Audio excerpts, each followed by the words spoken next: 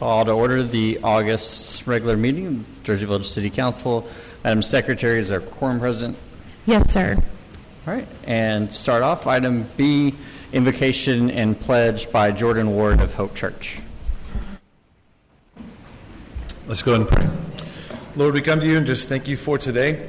We pray that you would just be with every single person in this meeting tonight, that you would just pour out your grace on us, that you would just give every council member and city official just the wisdom and guidance to lead our city and to guide our city in the direction that we all need to go. And so we just give you this time tonight and trust you with it. In your name we pray. Amen. Now let's do the pledge. I pledge allegiance to the flag of the United States of America and to the republic for which it stands, one nation, under God, indivisible, with liberty and justice for all.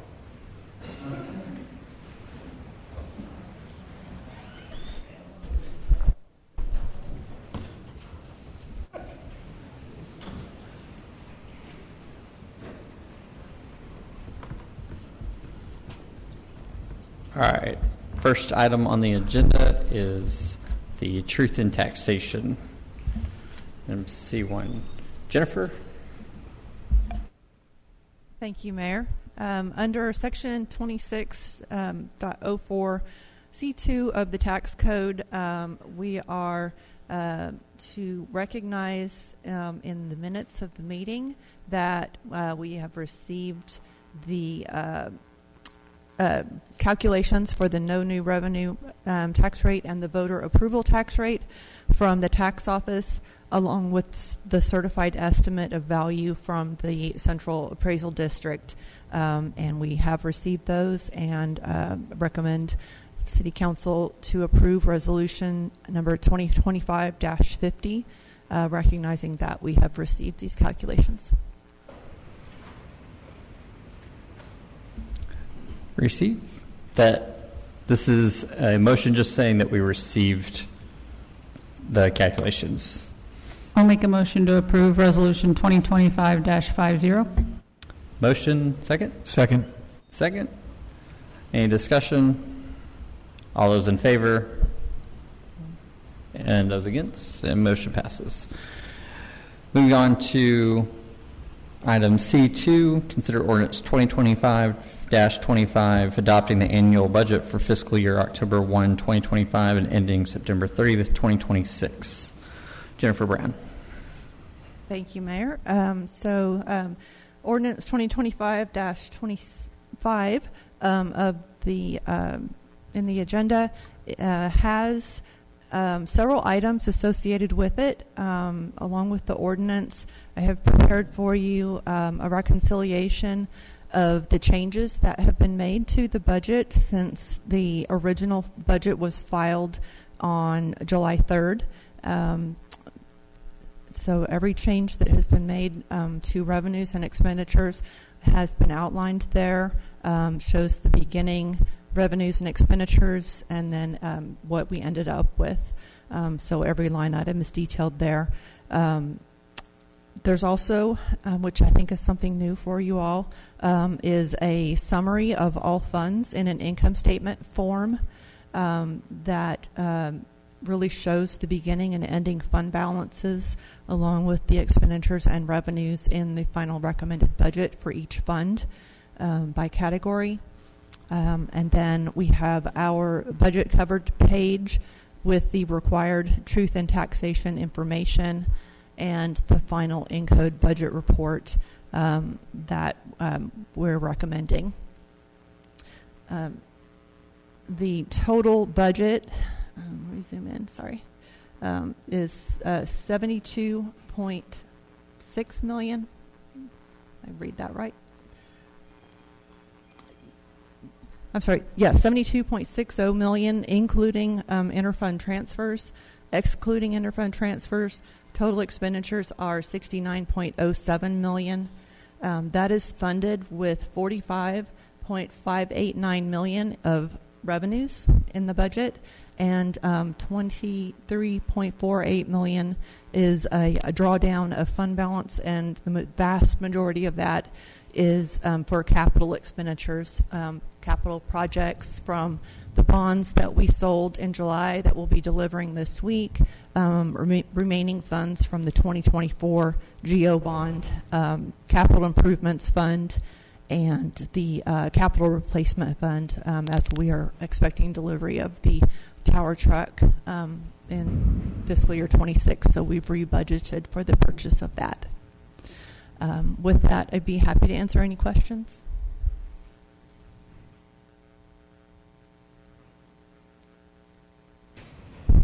They may have questions or discussion. Jennifer, what were the I know there are several changes that were probably made just because costs change or something of that nature, but what were the main drivers of the vast amount of changes to the budget since July 11th? So we adjusted, there were two adjustments requested by City Council from the budget workshop, which was reducing or eliminating the printing of the JV Star and the Parks Playbook. We also had adjusted the revenues to reflect the recommended tax rate and the certified estimates of value, and set aside some of those additional revenues for design work related to the city campus and for the pool, so that we could start having some expenses ahead of the bond election so that we would be ready to go on those projects. In the debt service fund, and in the general fund, we had some minor adjustments to salaries for employees that have received merit increases over the last couple of months, just to get those budgets up to where they need to be. In the utility fund, we adjusted the revenues to the proposed rate structure. So that was an actual decrease in revenue from what was originally published. We reduced or took out the transfer to the debt service fund with the CO sale not going forward. And then we had a minor change in salary and benefits. In the debt service fund, we reduced the taxes and the transfer in from utility fund for the COs since those did not sell. And then we also removed the debt service expense associated with those. And we adjusted the 2025 GO debt service to the actuals.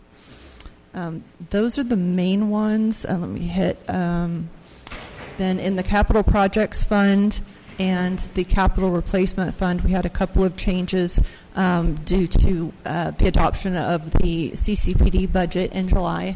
And so we carried those adjustments through to the city side.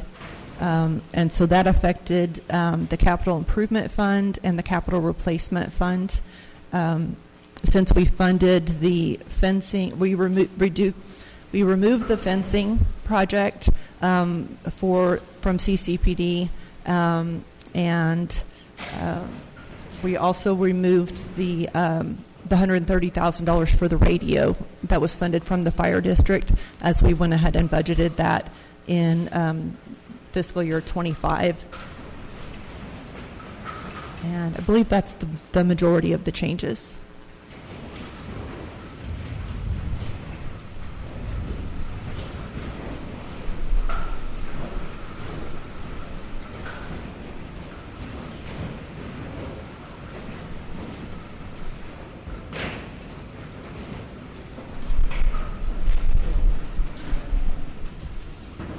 Can we make sure we're all safe before we continue on this conversation? Somebody actually check a just- radar. Yeah. It looks like, from what I can see sitting here, the hail is getting quite large. Yeah, so I was actually about to teams Austin and talk about that. They were watching the weather before the meeting, and if there is some severe weather warning or something, we will recess and make sure that you're aware. Does anybody have any questions about the budget? A good amount of the city, I think, is out of power at the moment, because I know my house and several others have already gone down.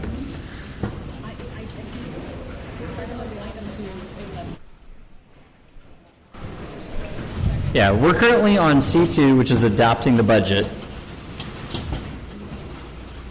I have a very specific motion when we're ready to adopt the budget. It is hard.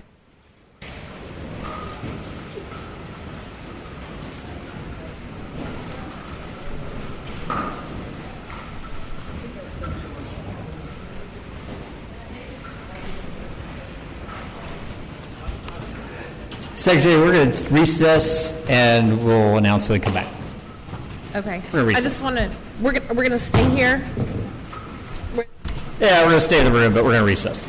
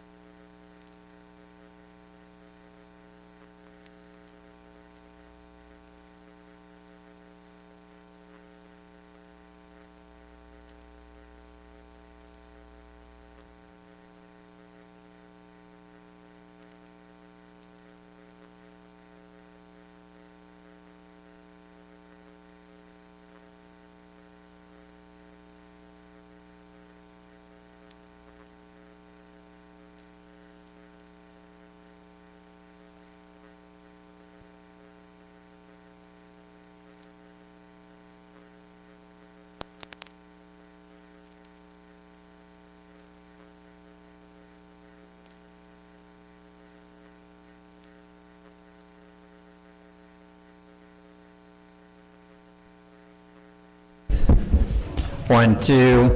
Y'all, is that a little bit louder? Okay. If I get council back up here, we're going to get back start on this.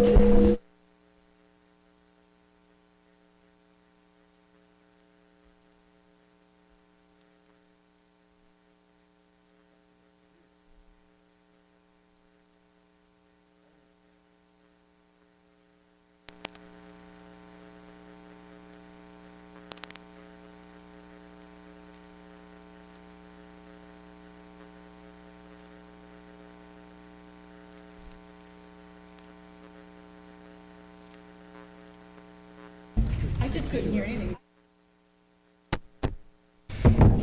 Okay, we've made some adjustments to the sound system. Y'all should be a little bit louder, and most of the weather stops. We're going to get reconvene at 7:14. We are currently on item C2, discussing the budget. Jennifer Brown has made a presentation. Is there any discussion or a motion on the budget? Make a comment, and that is with respect to the budget from the July 11th meeting. I know that since July 11th, because that version of the budget had on it the two COs, which now have been removed because of the petitions. It also, one of the items that's been added to it is an additional $400,000 in design fees for the city campus. The city campus, of course, is contingent upon the CO, which is set on the ballot or will be set on the ballot in November. There were some further discussions that I had with Austin about working to try to eliminate some of the expenses or reduce some of the expenses in the budget so that we would presumably try to keep the tax rate equal, but no more than what it was last year. And as a result of those discussions, in particular, I had the conversation with Austin that while I alone could make some suggestions about where we could eliminate positions, that he, as the city manager, was in the best position to do that. In connection with those discussions, Austin stated that he had cut the budget where he could and felt that it was as trim as it could be. And then finally, I sent an email to Austin, which was circulated to council, recommending that 3 of the supplemental requests, which were 3 new hire employees, that those items be removed from the budget, as well as 1 other change with respect to a specific department. And I never received any response, which I take it to mean that my colleagues on City Council didn't agree with my recommendation. So I just wanted to point out the fact that the budget process is about as ugly as it can be. It's very difficult. It's a massive document to go through. It's a lot to figure out and understand. But this was not simply a matter of just rubber stamping. There has been some discussion over the budget to try to reduce the administrative expenses, and that's what I've been focused on, is the administrative expense portion in order to give taxpayers a break.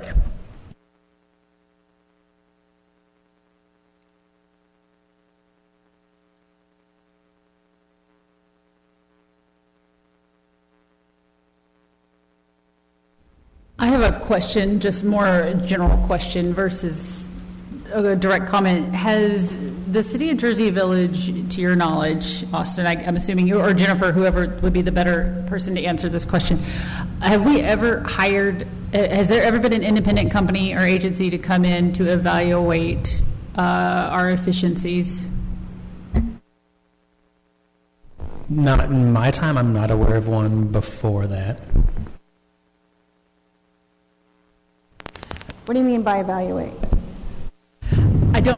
I'm not really sure how to, my only frame of reference here would be with private business, is that if they are concerned about overspending, and what you could do is you can have a consultant come in and see if there's areas where you can cut, where you have someone that isn't within the company doing it, so that there's able to look at it. The concept is to look at it with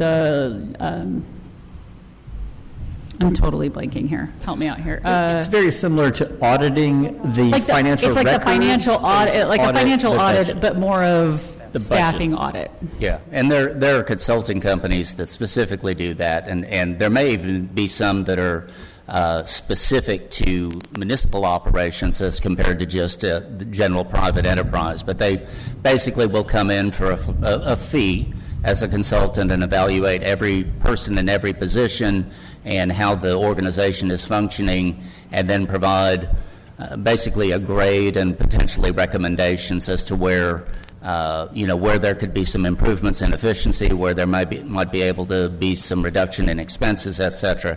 And it's something that I think, while it would be an expense to go through that process, I think it would be worthwhile, because it would give us a good snapshot of, is the city running as efficiently as it can, and it might be, or are there opportunities? So that's something that perhaps in the future council should consider doing, certainly before another budget.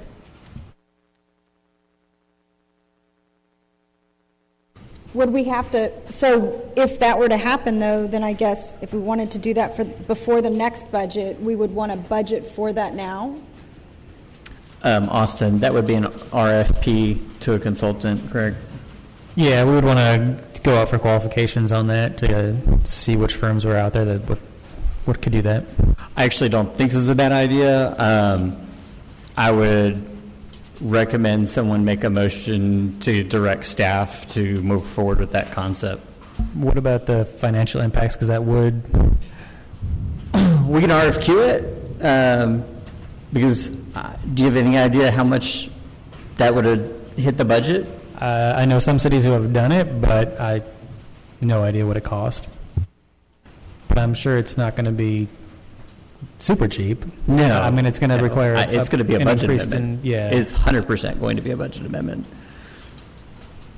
Well, I think while it is an expense, I think it's a worthwhile expense, because it can address concerns that people have, or perceptions that people have, and I think it's something that we ought to work towards. So I'd like to make a motion that the city manager be directed to go out with an RFQ to identify a consulting company that could come in and evaluate workplace environment, and productivity within the workplace, efficiencies, et cetera, to provide feedback to City Council.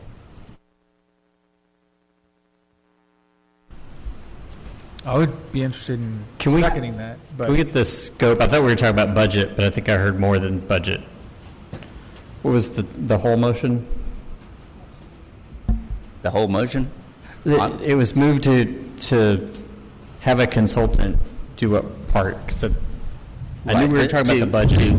Well, okay. And we are sort of mixing this in with that. And so if you want me to stand down on that for the moment and then bring it back, I'm happy to do so. Yeah, I don't know that we could, because we have to have a conversation under this umbrella, so to speak, right, with this agenda item. So you'd have to help me here. I don't know how that would work. So we were talking about the budget, and we were talking about bringing a consultant firm to evaluate our budget, and if we have the correct amounts, are we spending too much, too little to evaluate the budget? But then the motion I heard was, I was trying to track, and I just lost track and wanted to clarify, because I heard more than the budget. And if it's more than the budget, then yes, we're outside the scope of the agenda item. Well, I think we can limit I can certainly limit my motion to within the confines of considering the budget, that council should direct staff to look into engaging a consulting firm to evaluate workplace efficiencies, productivity. Okay, that would not be germane to the budget. I don't think we can have a conversation about workplace efficiency and productivity. Can we get clarification from the lawyer on that? I think it's sufficiently related to the budgets that you could take action. Can you speak up, please? I think it's sufficiently related to the budget where you could take action if you wanted to take action. If you don't know what kind of action you want to take, it also would make sense to bring it back. But yeah, the idea is specifically related to. I mean, if the budget pays for all the things, how would it not be covered under budget? I guess I'm trying to follow your line of thinking, and I understand where it's coming. I'm just trying to follow the line. Well, I will take back my comment. My comment was I thought it would be a good idea to evaluate the budget, not bring in a consultant for workplace productivity. The motion is for a consultant for workplace efficiencies and productivity. Well, I'm using that in a general term, James, with respect to if you're evaluating the expenses you're incurring, the city's incurring for employees in every department, and that's a significant task. But the primary goal here being to determine whether those expenses within the budget are appropriate.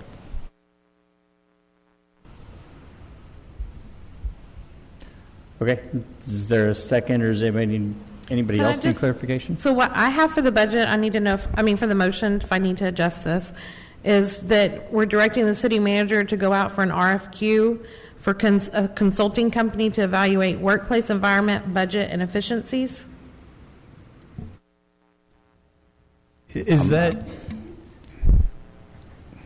this like a staffing analysis too, or I just want to make sure whatever council wants we deliver on, and maybe this is something where, we can send something out to council for some thoughts later on to make sure it's fully grasped. But if this is more than just like the budget thing that I think the mayor was thinking of, but if this is workplace efficiency, staffing, are we appropriately staffed for the size community, those types of things, is that all inclusive, or is this just workplace efficiencies? To me, it's all part and parcel. It's what a consulting company does for a regular business comes in, and the eye is on, what are our expenses, and evaluating headcount, evaluating how the workplace works. I think I'm just, and maybe I'm alone on this island, but I'm insanely confused because, yes, you do that to businesses that are struggling, but not to businesses who receive year after year accolades, like in the United States accolades for city management. That this feels like fishing for a problem that we don't have. We have year after year after year kept taxes at scared to raise taxes when we needed to, and now we are at a point where we're unfortunately having to deal with years and years before us of kind of keeping things really under where they should have been. And so we're dealing with a snowball, but to really micromanage Austin after he's literally proved himself, not even by us, but by like independent third party. I don't even know how many Chamber of Commerce. I could probably name about 6, and no other city has that. No place in Texas. This feels a little bit insane to me, but that's my 2 cents. It may be a good idea, and this isn't technically a legal opinion, but commingling the adoption of the budget with other motions related to the adoption of the budget. In other words, yeah, like I would essentially, I would recommend moving forward one way or the other on adoption of the budget, and then if there are any other motions related to the budget. Appreciate that. I am currently, we only have Councilman Hughes' motion. Is there a second for that motion? I think we would need further discussion, and so if he's suggesting to clarify, but if he's suggesting we need to vote on the budget first to remain in best practice, then can we do that and come back to this conversation?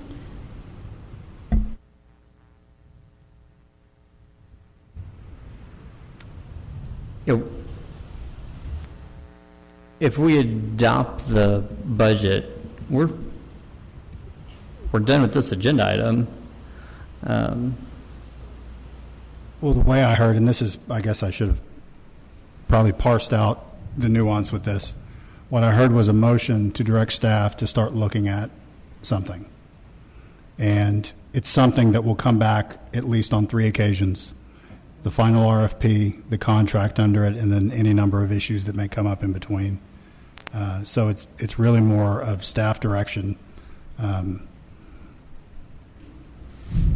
the risk of sounding too loose, I think it's something that almost doesn't need a motion if there's enough consensus on the board or on the council. So. Yeah. I didn't see it coming back for the need to put out an RFQ because I thought we were all pretty in agreement of, we consult, let's look at the budget. That makes sense. I think the scope has greatly increased and now there's not consensus. Let's move towards the budget and then we can come back to this. Does anybody have any motions as to the budget? Or any discussion? If we want to adopt as is, I have a pre-written motion that we need to use.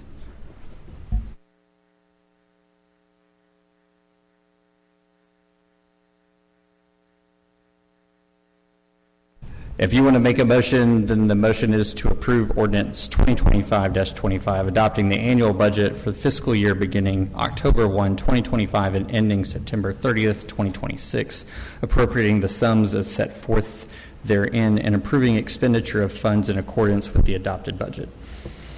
I'll make that motion. Motion made by Councilwoman McCray and I'll second. Seconded by Councilmember Mitchum.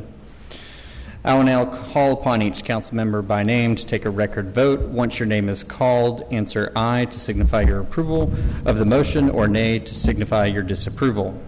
Councilmember Wasson. Aye. Councilmember Hughes. Nay. Councilmember Mitchum. Aye. Councilmember Rossi. Aye. Councilmember McCray. Aye. Motion passes and is adopted in a 4-1 vote. And now, we'll stay on this item of C2. Councilmember Hughes, you made a motion. It did not get a second. Is there any further discussion that we want to have?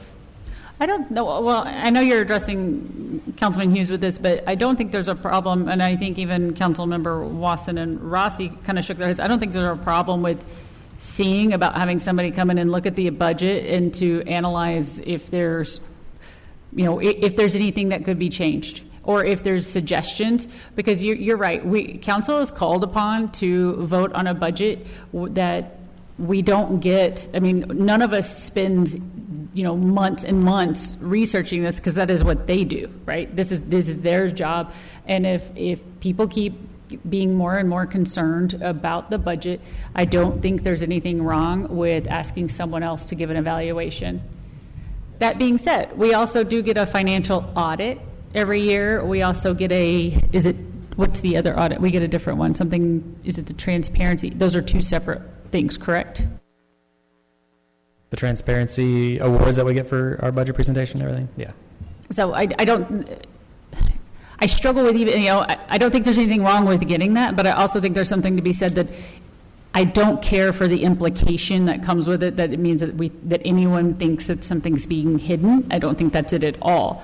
But I also think sometimes it might be smart to let someone else from not within all of this to look at it. Well, also when you said financial audit, when I think of a financial audit, though, I think of that's a company coming in and making sure that we've dotted our I's and crossed our T's.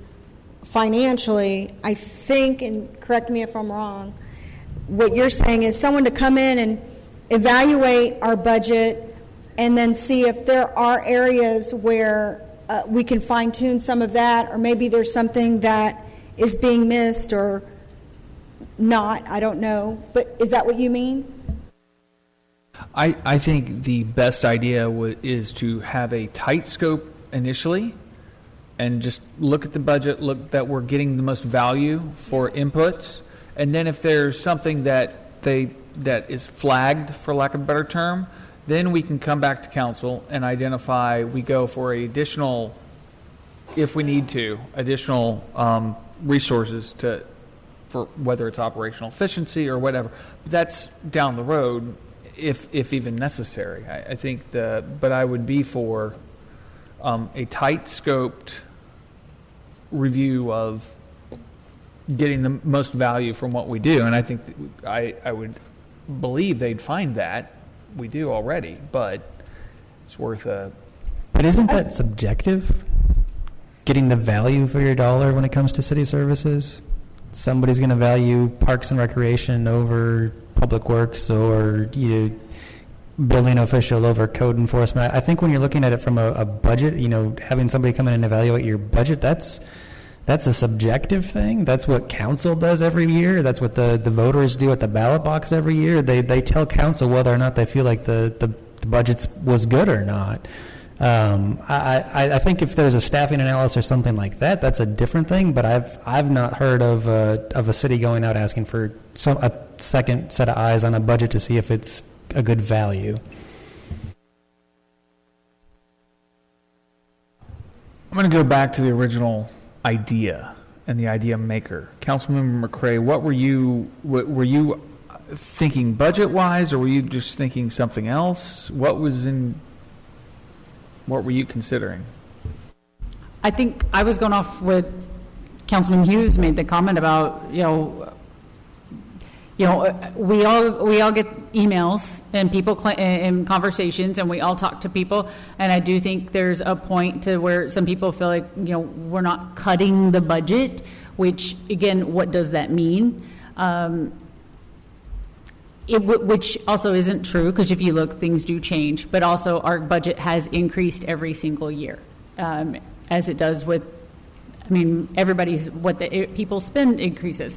I think for me, it was more the fact of if it's that big of a concern for people, I don't have a problem allowing somebody else to look at stuff and give an opinion. Maybe if you want to continue with what you were thinking. Maybe if we talk about engaging a company to evaluate the budget expenses and analysis of staffing and efficiencies within the city, and as Councilman Watson suggested, having a fairly limited scope to begin, so that if the analysis comes back and there's nothing to dig into, then there's nothing to dig into, rather than doing sort of a full-blown audit of every department and every et cetera. But I do think that having an inquiry, because, as council, and this is the flaw in the process, as council, we're asked by the city manager, will direct the city manager what changes you want in the budget, but we're not involved in the day-to-day city's operations, and by charter we're not supposed to be. And so I think that to discharge our responsibility to have an independent set of eyes look at it and say, okay, your budget for a city of 9,000 people, 2,200 homes, is X dollars for administrative services, and these are all the positions you have, and these are all the hires you have, and hey, you know what? Y'all are being as efficient and good as you can be, and you're within the market. Or hey, there are some issues, and you're overspending here, or whatever. That's the sort of guidance that I'm looking for. All of that is public information. I don't know why we would pay a third-party consultant to go out and compile all of that. If you want to compare us to other cities, our population size or in the area or whatever that case may be, all of that's public information. Their budgets, their employee counts, all of those things. So I don't know about the necessity of paying a consultant to go out there and compile all that. Well, I think it's more than compiling, but in my opinion, having an independent third party do it would be worthwhile. I think there's a trust level that council needs to have with staff, that we as staff know what we need to operate the city with the goals and plans that have been set out for us. As a resident as well, making sure we're responsible stewards of the taxpayer dollar is key for myself personally. If we want to do a staffing analysis or something like that, we can do that. But if we're talking about how do we compare to other cities when it comes to budget for admin or whatever department, I don't think that's something we need to go out and pay for. We already compare salaries. We already do salary surveys and compare. I've worked around a lot of these people for more than 20 years and been up here for several years, and it's one of the best run cities. Really, the staff does a fantastic job in both spending and management of their people, and I've always considered, my waterworks, the police department responds in an incredible amount of time. The fire department's well trained. Code enforcement is taken care of. It's a very difficult job to do code enforcement, and there's a lot of things that hinder. I had to deal with someone who contacted us today about it, and there's other ways. But we look at what we spent and we look at the outcomes that you get, and that's our job. And Austin does have a point. It can be very subjective. If we want to look at how much each department is spending, that's also very comparable. We can pull those from other cities and compare that. But I've also, for the years I've been up here, been told we spend way too much money on consultants, and this doesn't appear to have a very defined scope, and maybe it is something that should have some thought and come back to another meeting. I don't have any problem tabling this or with just postponing it to a later date and coming up with a more defined, precise statement of what would assist city council in giving direction to the city manager with respect to this and future budgets. Can I ask a question? And I don't know if anyone else is thinking this, but I'll ask it because what the heck. Is the issue that do you have a trust issue with the staff and the city manager? Like if the city manager were to compile the information, that's not, is this a trust issue? I don't have a trust issue. I'm just looking at an organization that I know only a modicum about, and I'm trying to say, as on behalf of the taxpayers, are we as city council directing the city manager to spend money in the best way possible and to get the most value out of the money that's spent? So it's not specific to any individual or anything like that. Rather, it's, are we as a city running efficiently? That is more in the global sense. I feel like this typically comes down to like I think, I don't remember, maybe it was the mayor that said specific departments or something like that. Is there specific departments that we need to look at if we're trying to be more efficient in somewhere rather than the whole city? I'm just trying to wrap my head around what I can ask my fellow city managers when I look at for scopes and those types of things. And I think that's a fair question, and I think what would if you would allow me, I'd be happy to come up with something a little more precise about what I believe the city should engage a consultant to examine, because there are you've got different departments, essential services, fire, police, EMS, etc. And there are some departments that are of a higher priority than other departments. So I would rather than respond just off the cuff to you, Austin, I would rather come back with a more precise recommendation and see if council agrees with me. I will say, one thing is, if the first thing I think anybody's going to say, anybody looking at what we spend, the first thing anybody's going to say is to cut police and fire.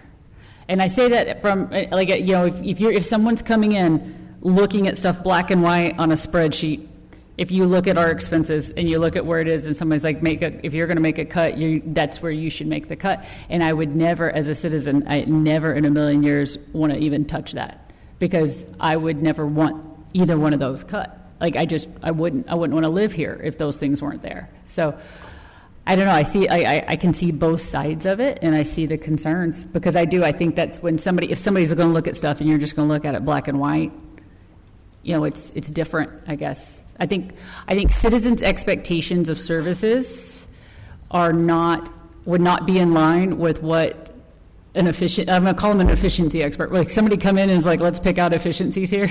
I don't think the people that live here would agree with what they would agree with. And I agree with you 100%. I think, one of the things that I think most residents don't necessarily understand is that of the property tax that collected and of the residential property tax that is collected, that in and of itself is insufficient to pay for the police and fire department. That's how expensive running a quality police and fire department is. But that police and fire and EMS, that's the very reason why so many people choose to live here in Jersey Village. And so it's a price that we have to pay.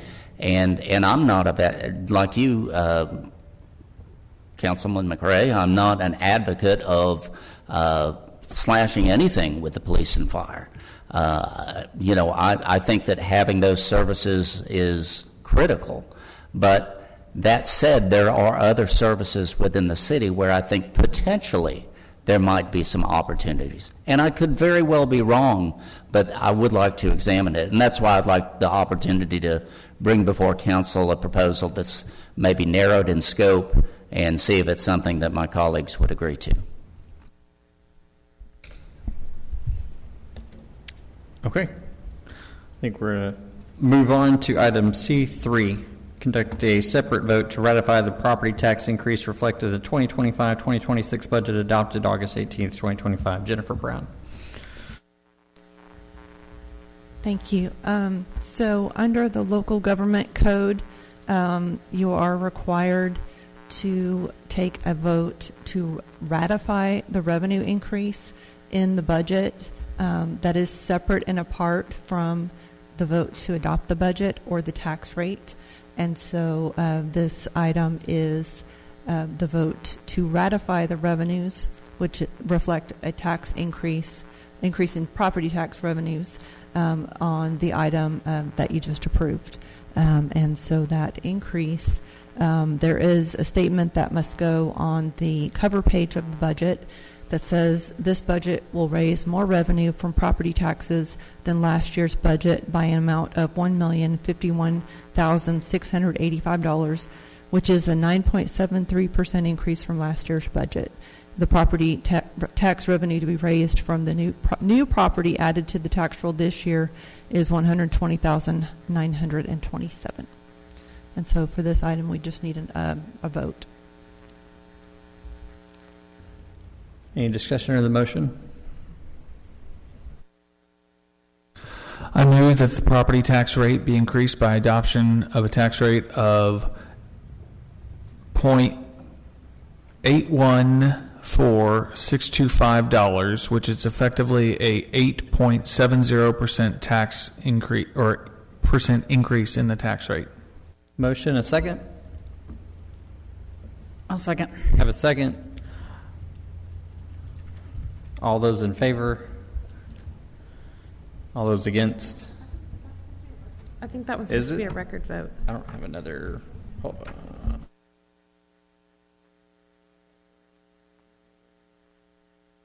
There's not a special motion for I this thought it item. was, and there- it does not have to be a record vote. These In the are in past, here, and we've I done a didn't record catch vote. it.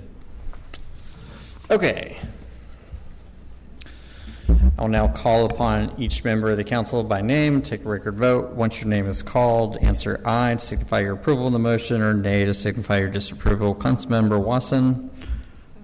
Aye. Councilmember Hughes? Nay. Councilmember Mitchum?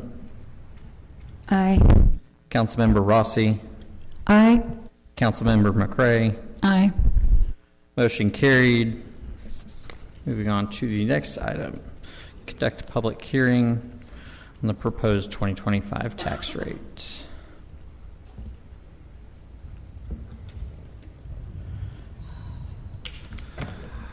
Now open for a public hearing on the proposed tax rate of 0.895965 per 100. Any member, anyone wishing to address the council may do so at this time, and I have one comment card. Kimberly Now. You don't want to talk about the book. All right. It got scratched out and there was some confusion there. Does anyone else like to talk on the public hearing in relation to the tax rate? All right. No one speaking in the public hearing. I'll now close the public hearing at 7:50 p.m. and move on to the next item. Discuss and consider approval of the motion to set the tax rate for the debt service for tax year 2025.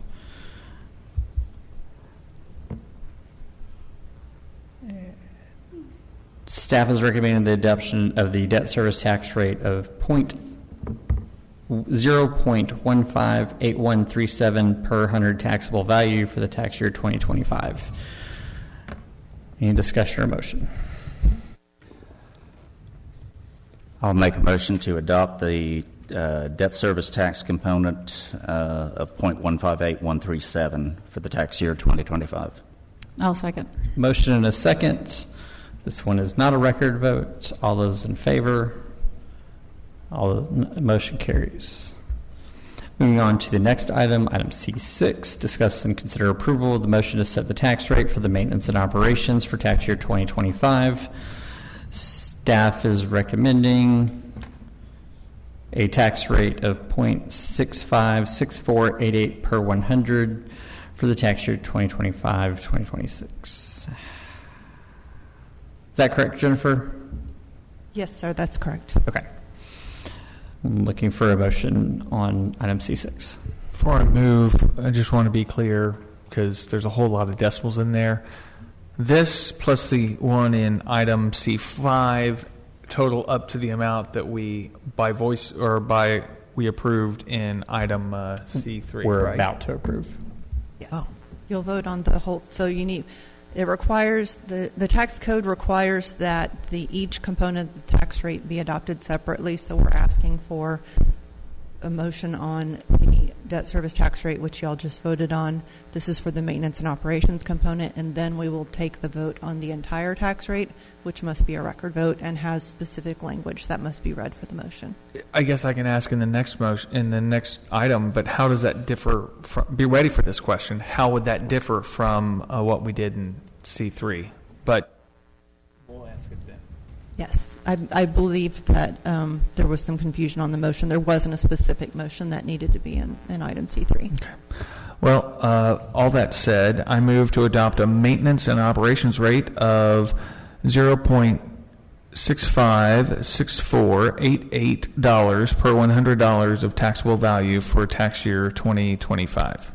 I'll second. I have a motion and a second. All those in favor?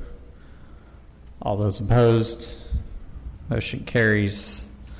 Moving to item C7, consider the ordinance providing for levy and collection of ad valorem taxes by the City of Jersey Village for the year 2025, providing for the date on which such taxes shall be duable and payable, and providing for penalty and interest on all taxes not timely paid. Jennifer Brown. Thank you, Mayor. So this item is the actual ordinance adopting the total tax rate, which is made up of the two components that you all just voted on, the debt service tax rate of 0.158137 and the maintenance and operations tax rate of 0.65, I lost it, 0.656488 for a total tax rate of 0.814625. And there is specific language that must be used in this motion. And it has to be a record vote. Thank you. And so C3 and C7 were different in that C3 was ratifying the increase within the budget. And on C7, we are adopting the tax rate. Got it. Thank you, Mayor. Can I get some clarification? There are two items in bold print. How is that motion supposed to be read? Is it down at the very bottom where it's the motion recommended action, or is it the one above? The motion and recommended action is almost never wrong. That's the paragraph. Okay, I just read there's that, a lot there. Okay. Yep. Thank you. I'll make a motion unless there's anybody needs a comment. Okay. I move to adopt ordinance number 2026-26 and further move that the property tax rate be increased by the adoption of a total tax rate of 0.814625 per $100 of taxable value, consisting of a maintenance and operations rate of 0.656488 per $100 of taxable value, and an interest and sinking fund rate of 0.158137 per $100 of taxable value, which is effectively an 8.70% increase in the tax rate. Have the motion. Do we have a second? Second. Second. All right. We have a second. I'll now call upon each member of council member by name to take a record vote. Once your name is called, answer aye to signify your approval of the motion, or nay to signify your disapproval. Councilmember Watson. Aye. Councilmember Hughes. Nay. Councilmember Mitchum. Aye. Councilmember Rossi. Aye. Councilmember McCray. Aye. Motion carries.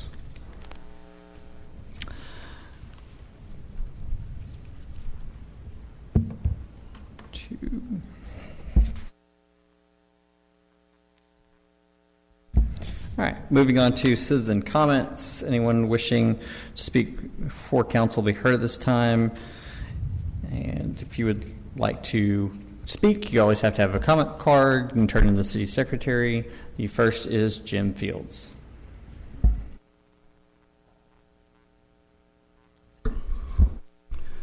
Good evening. My name is Jim Fields.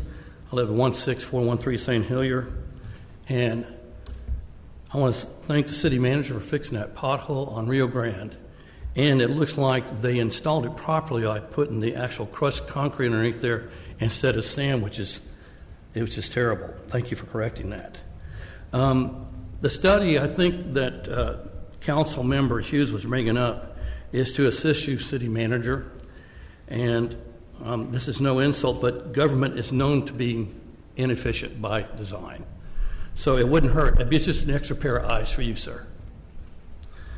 Also, on the agenda, would you please move Resolution 2025-53 from the consent agenda to the regular agenda and let us know how much the property is going to be sold for?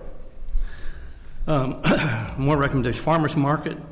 The management company of the Farmers Market has changed the time to Thursday evenings.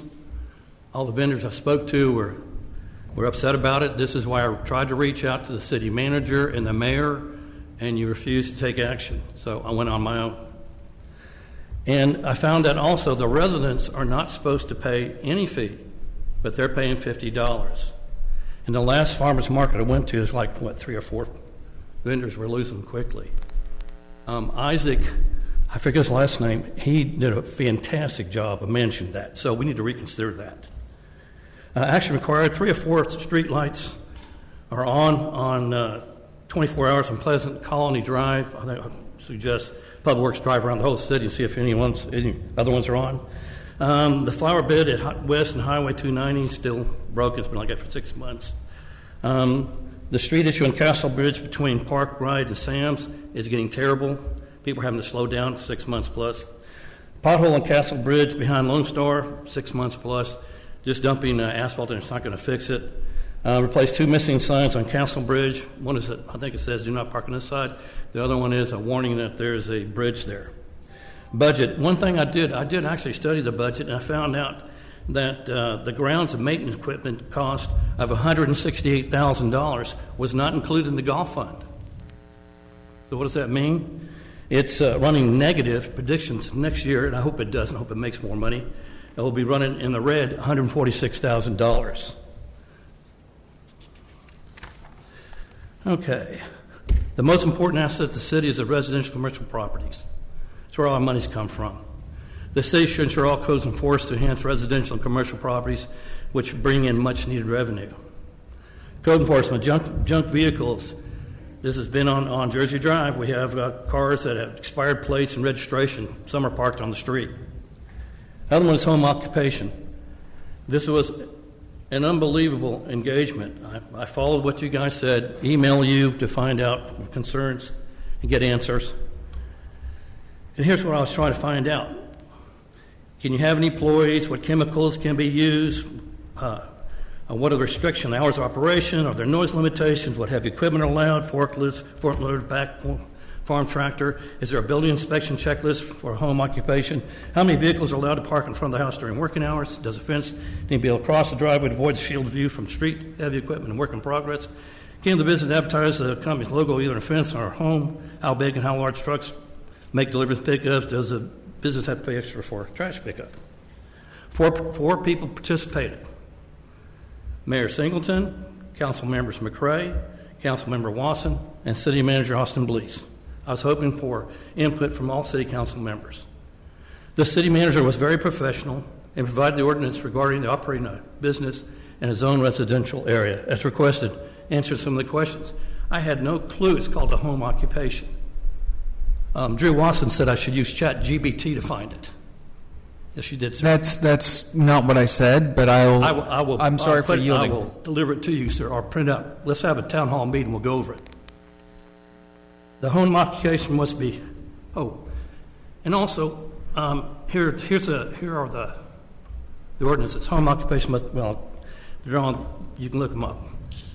However, the mayor and the 2 city council members, McCray and Watson, were extremely unprofessional. I was shocked by it. And all the city council members know. I was responded with lies and insults. That's inappropriate. That doesn't help solve anything. Also, the questions provided were never answered by any members of council. We're trying to make this a great place to live. That's time, Jim. My whole goal.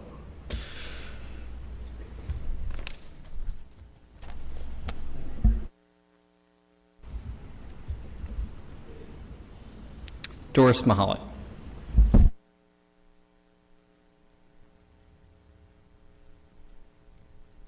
Good evening.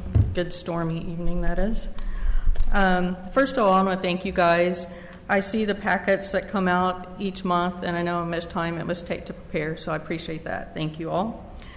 Secondly, I'm not sure where the credit goes, but the new lampposts and stop signs improve the look of the city. I know they're a bit controversial because of cost, but it does make a difference. Finally, and most importantly, I'm here to inform the residents of the health, wellness, and self-care event that's being hosted by the Women's Group on Tuesday, September the 6th, from 6:30 to 8:30 here in the Civic Center. There will be several doctors, nurses, and other professionals in the field of exercise, nutrition, physical therapy, and related fields in attendance. We'll kick the event off with several of these professionals doing a short presentation on their field of expertise. After about 45 minutes of a presentation, the participants will be at stations around the Civic Center here where they will provide additional information and answer any individual questions. We ask that you attend and you forward this information to your neighbors. We need a good showing of participation. These professionals are giving of their time with no compensation. Everyone, regardless of age or gender, will garner a bit of helpful information from these presentations and the information that these professionals will provide. Upon entering the Civic Center, each attendee will receive a handout with contact information about the professionals and a summary of their services. So you'll get information from the presentation, and then also you'll have something to take away that will have information that you can contact them about if you want their services later. The handout will have a station number, and their station numbers will be posted around the room. So if you find a provider that you'd like to go talk to, you'll find their station and go talk to them. With health, wellness, and self-care being a topic of conversation these days and of interest to all, the Women Group hopes that the community finds this a beneficial event, which demonstrates how the Women's Group strives to serve the city while providing socialization and camaraderie for the women of Jersey Village. Thank you. Any questions? That date was September 16? No, September 9th. September 9th. Okay, 6:30 to 8:30 on Tuesday, September the 9th. Any other questions? Okay, thank you. Thank you. And Kimberly Hanel.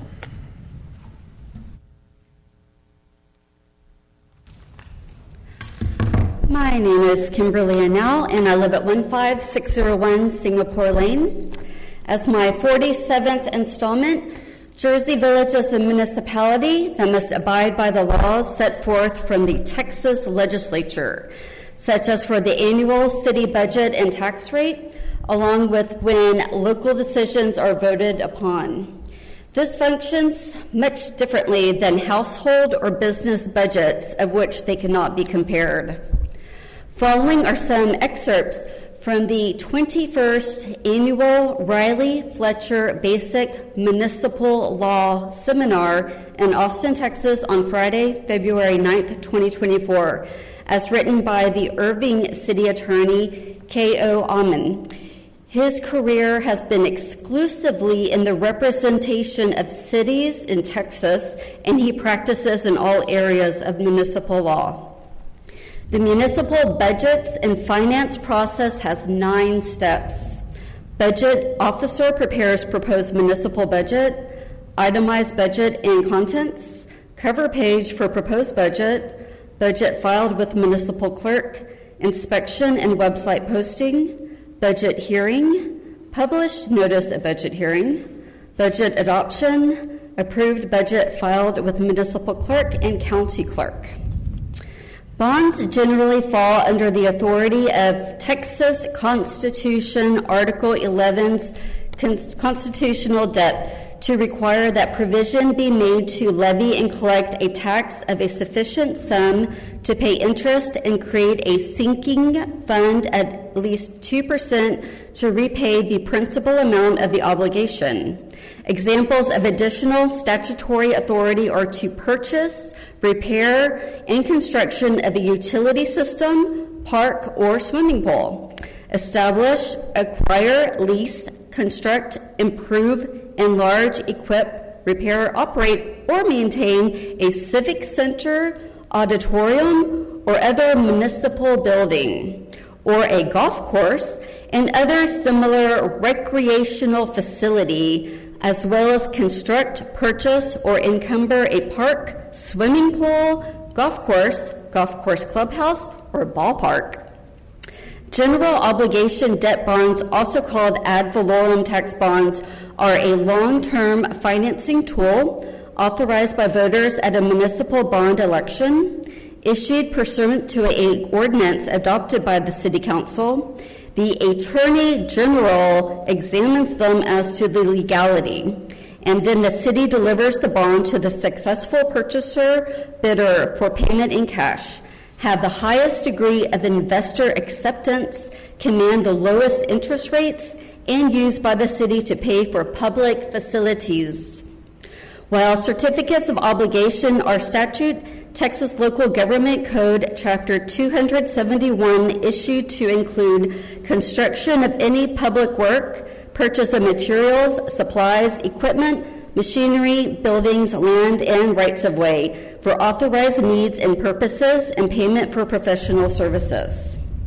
A wise man recently wrote that Jersey Village staff has provided their best estimates of what is necessary for the city to continue providing efficient, valuable services to the community, as well as the city should continue to make every effort to attract businesses and industry that contribute to sales tax and continue to improve its image as a city that invests in itself. My observation is Jersey Village is already a sharpened pencil, enhancing and expanding into a fine future. Thank you. Thank you, Kimberly. That is all the comment cards that I have. Moving on to the city manager's report. Yep. Reports on Friday. I'm happy to answer any questions.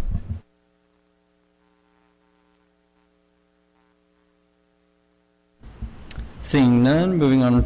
Nope, do you have one? Okay. Moving on to the consent agenda. Does anyone want to remove anything from the consent agenda? I'd like to pull Resolution 2025-53 off the consent, please. Which number is that? Oh, I'm sorry. That's Number 6 on the consent. I'd also like to pull F2, please. And I'd like to add F3 and F5.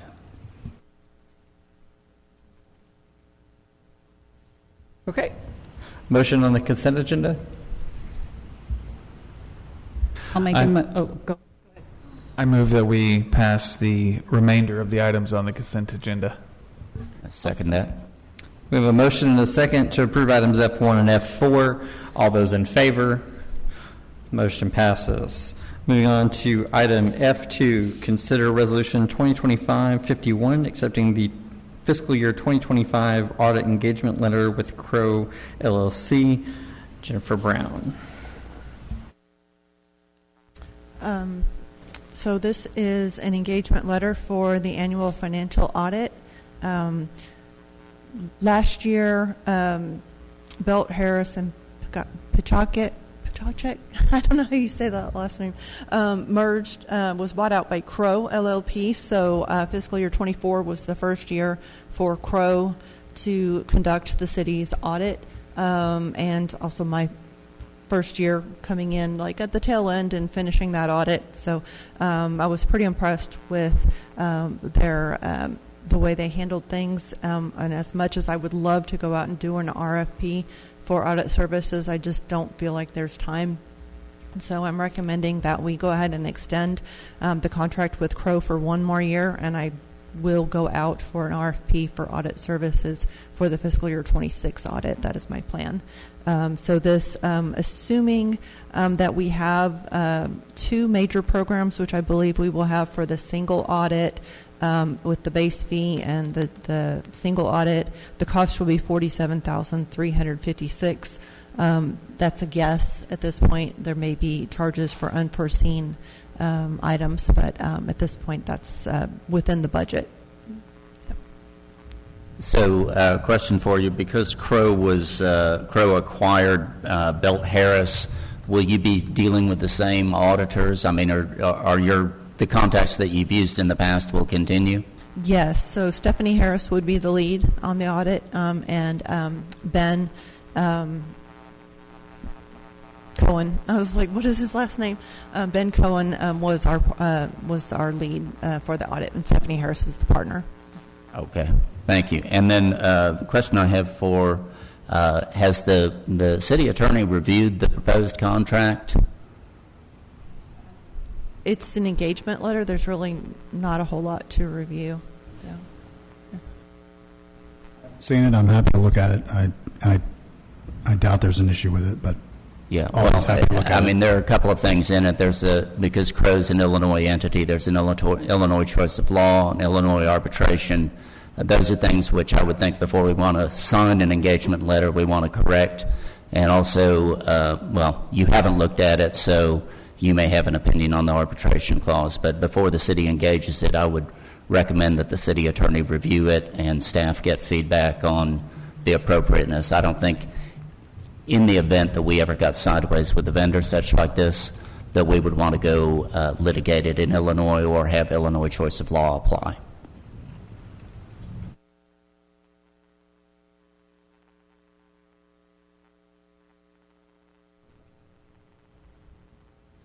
From a cost standpoint, Jennifer, I'm going to assume, I didn't look at the engagement from last year, that it's in line with similar costs in which we paid for other audits in the past? It is actually less than we paid for this year, for fiscal year 24, because there was a lot of extra work that was done with the component unit issue and also with the single audit. So it's actually a decrease from what we have paid in this fiscal year for the fiscal year 24 audit. And it's below the estimate that they gave me. Well done. Thank you.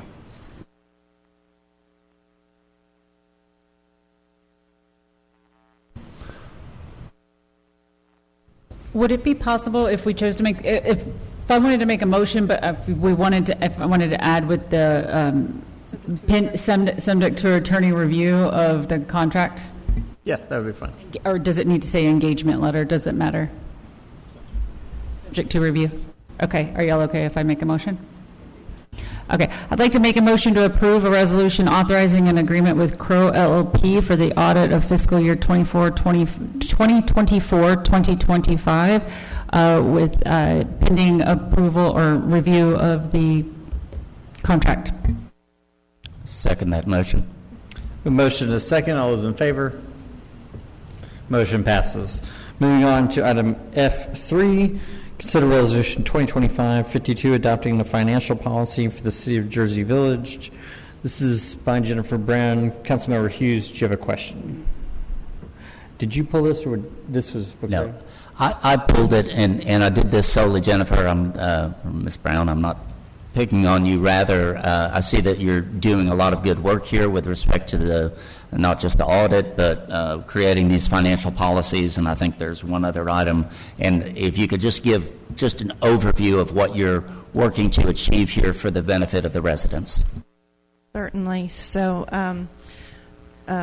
the backbone of the financial management of the city is strong financial policies. This is something that the rating agencies look at when they're evaluating the financial management of the city, and really gives, it's a high-level policy that gives staff guidance on how you would like to see the city managed. I've brought a lot of this over with me from my previous city, not 100% because, different cities, different needs, but it's really expanding and adding some new areas that compared to what was in the existing policy, was covered only 3 areas, and I'm now covering 8. And so it just really felt like there was a lot of areas where we needed to have some documented policy direction. Thank you.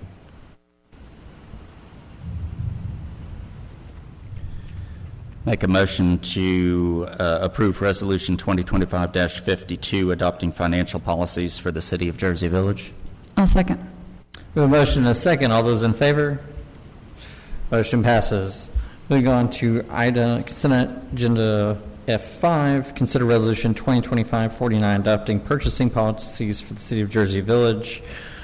Councilmember Wasson. That was also Hughes? I thought you pulled one. Sorry. And again, Ms. Brown, I believe that this stems in part from legislation with respect to purchasing thresholds. So if you could just provide a brief overview on these policies that you put together and provided to council. Certainly. So this one is an update of an existing policy, and I just kind of put my fingerprints on it, but the driver behind this is in the 2025 legislative session. Senate Bill 1173 passed, raising the threshold for competitive bidding and proposals from $50,000 to $100,000. So we're updating our policy to be consistent with state law. It takes effect September 1st, 2025. And then additionally, I really just updated the existing purchasing policies to reflect current practices. There are, I want to say, 2 changes. One is raising the capitalization threshold, or maybe that was in the financial policies. I'm sorry. I'm getting the 2 confused. Never mind. That was from the previous one. I had a lot of things going on this agenda, as you can see, so they all kind of run together after a while, but that is the big driver behind it.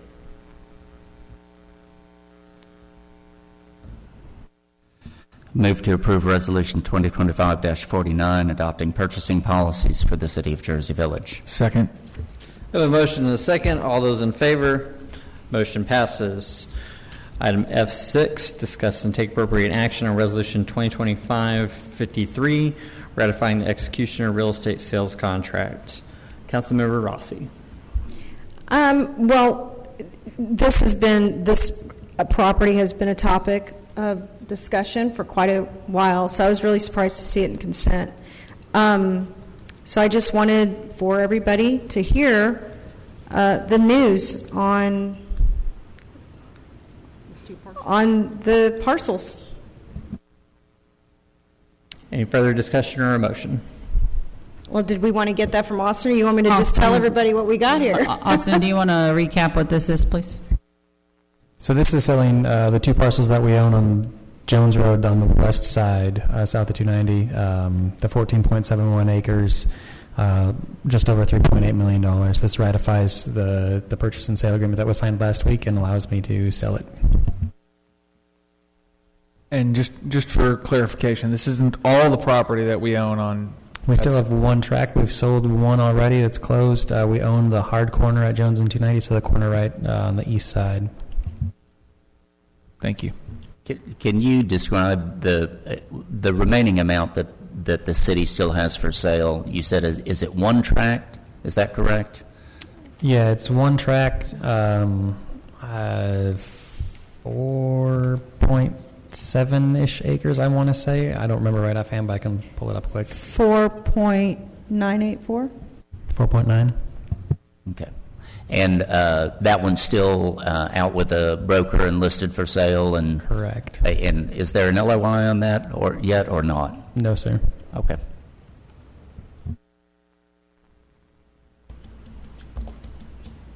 Does anybody have a motion? I'll make a motion to approve Resolution 2025-53, ratifying. Do y'all want me to read all of it? Okay, I'll make a motion to approve Resolution 2025-53. I'll second it. We have a motion and a second. All those in favor? Motion passes. Moving on to the regular agenda, G1, consider ordinance number 2025-24, amending the municipal budget for fiscal year beginning October 1, 2024 and ending September 30th, 2025. Jennifer Brown. Thank you. You all approved the amendment to the budget for the Crime Control District and the Fire District on July 21st. There was a big change in the way we handle the expenses related to those districts that came out of the fiscal year 2024 audit. The big part of this is making that change in the general fund. So essentially we are reducing the general fund budget by $4,012,172 and reducing the revenue for that same amount. So basically pulling out the expenses that we would have double counted otherwise because we're now accounting for those in the district budgets. Additionally, the CCPD budget included a $42,791 transfer to the Capital Improvements Fund for building security upgrades.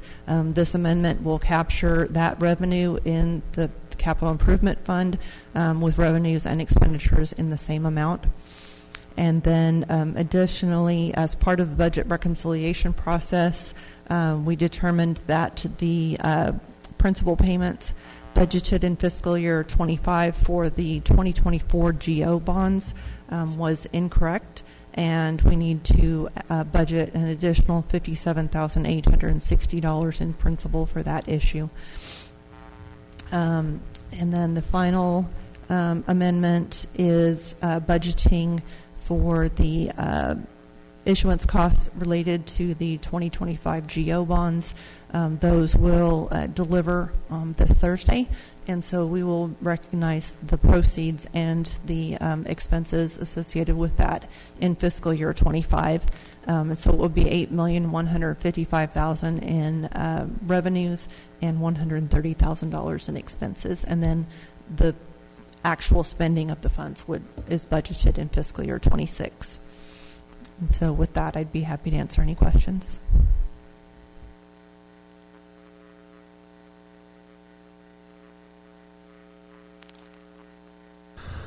No questions. I was going to move to pass ordinance 2025-24. I'll second. Motion and a second. Any further discussion? Okay. All those in favor? Motion passes. We've gone to item 2. Consider ordinance 2025-27, calling a bond election to be held November 4th, 2025. Austin Blease. Mayor and councilors, this is the item to call the bond election. As council is aware, there's 3 propositions that council has directed staff. Proposition A is $21.62 million for a new civic center campus complex. Proposition B, not to exceed $20 million for water sewer projects, and Proposition C, $6.5 million for a pool. Any questions for Austin? Austin, with respect to the description in the on the ballot, specifically as to Proposition B, does that parallel what was stated in the notice of intent, or how did, I guess a better question is, how did you come up with the ballot language as compared to what was in the original notice of intent? The bond counsel was the one that prepared the ballot notices. He's the one that we rely on for the notices of intent and then for the ballot language. And these have gone through all the, I mean, this is the last, basically we have 3.5 hours to pass these. So this is the last, these have all gone through translation, AG approval, et cetera, et cetera. One question, if we were to change any of the amounts on these, would that throw the whole thing into haywire, or how does that work? I think it might a little bit, but I'm not. Yeah, I will spoke defer to with Courtney because she's Yeah. going to deal with the elections office. I actually have been speaking with the county and Marcus Dietz today, our bond counsel, because actually some of our ballot language is too long. So we're working with the county to see if they'll allow us a few more characters. We've also called the Secretary of State if we have to change the language, because the language that is proposed to you tonight is what is required by state law based on the petitions. So just to clarify, what the state is requiring us to put on there is too long for what the county wants to give us in amount of space? That is correct. Man, that is great. We're only Great allowed news. 900 characters, and we're probably about 100 characters short. So the county is working to see if they can fit the last sentence in. I don't even have words, man. I gotta be honest. Yay, government. Just characters, 100 characters. I will point out there's a repeated statement of Parks and Recreation Department, which I noticed in Proposition A, which gets Is that under the ballot language section? Mm-hmm. Okay, Yeah. I'll double check that tonight. Probably get you 4 words at least. Every little bit helps. We're even looking at abbreviating as long as the Secretary of State approves.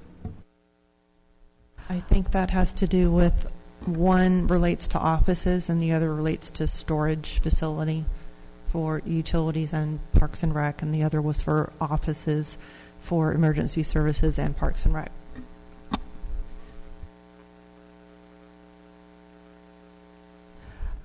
I think it could be written more concisely. I will have to check with the Attorney General, and we'll defer to the bond counsel on that because this is the way it was written in the original notice, and so we're mirroring that language. Oh, yeah, we can check with them. We've got to call into the Secretary of State to review it. So for now, we're going to vote on this language. We'll see what shakes out from there. Does anyone have discussion or motions in regards to these? Like, as I am still, I mentioned this in the past at the last meeting. I'm still having issues with putting 3 issues on the ballot in November. And I just wanted to see if any colleagues felt the same way or if I'm just sort of a lone wolf on that one. Has that ship not sailed with the decisions that were made at the last City Council meeting?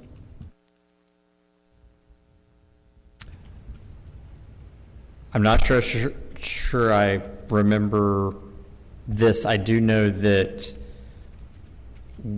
we can leave one of these, all of these off. If we want to put forth anything, we have to stick with this. If you want to drop one of these, that can happen. Well, if that's the case, then from my perspective, I definitely want to have the water and sewer on. Yeah. Is Proposition C. I'm sorry, Proposition B. I think I understand I really do understand your viewpoint, and I also understand the concerns about having 3 things on the ballot. But what I hear from people time and time again is let us make a decision, let us vote on it. And to me, this is letting people vote on it.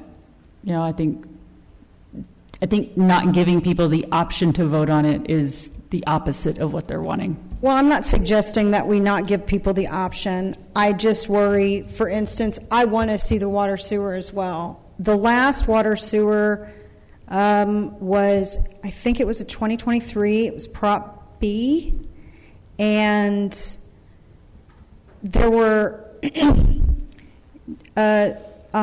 only passed by 177 votes. And as a citizen of the city, not even just as a council member, that concerns me. So to me, if we're compiling other pieces to it with the lack, not understanding maybe that that's not debt service. It is debt service.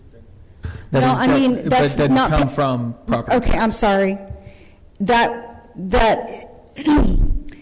the water sewer drainage, the payback on that would come out of your utility, not out of, not the same way that your parks or I'm sorry, your pool in your, I'm reading the old one, your pool in your civic city campus building.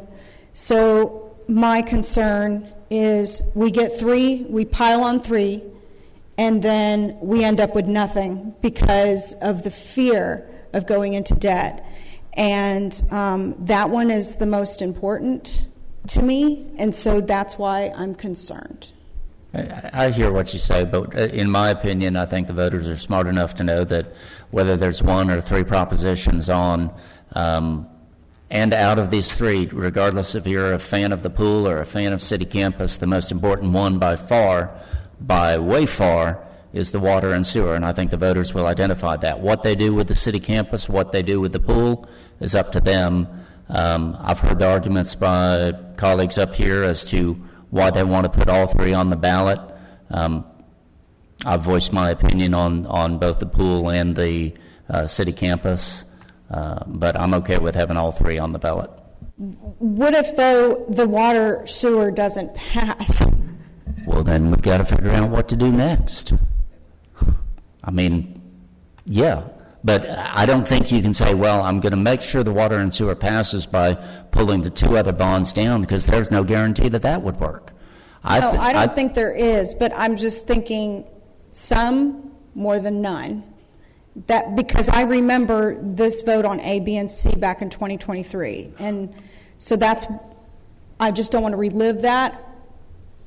I'm just checking to see. I'm just checking a pulse up here. That's all. I understand, and I apologize for being. I think I was out of line in my response to you, so I apologize. I'm simply saying I do believe that whether there are 1 or 3 propositions on the ballot, I have a high degree of confidence that the voters will vote to borrow funds to provide for the necessary infrastructure for the water and sewer system. Just Austin, Courtney, and anyone else who the Texas legislature has done a lot to the local government code, especially in the last session. They are trying again during special sessions.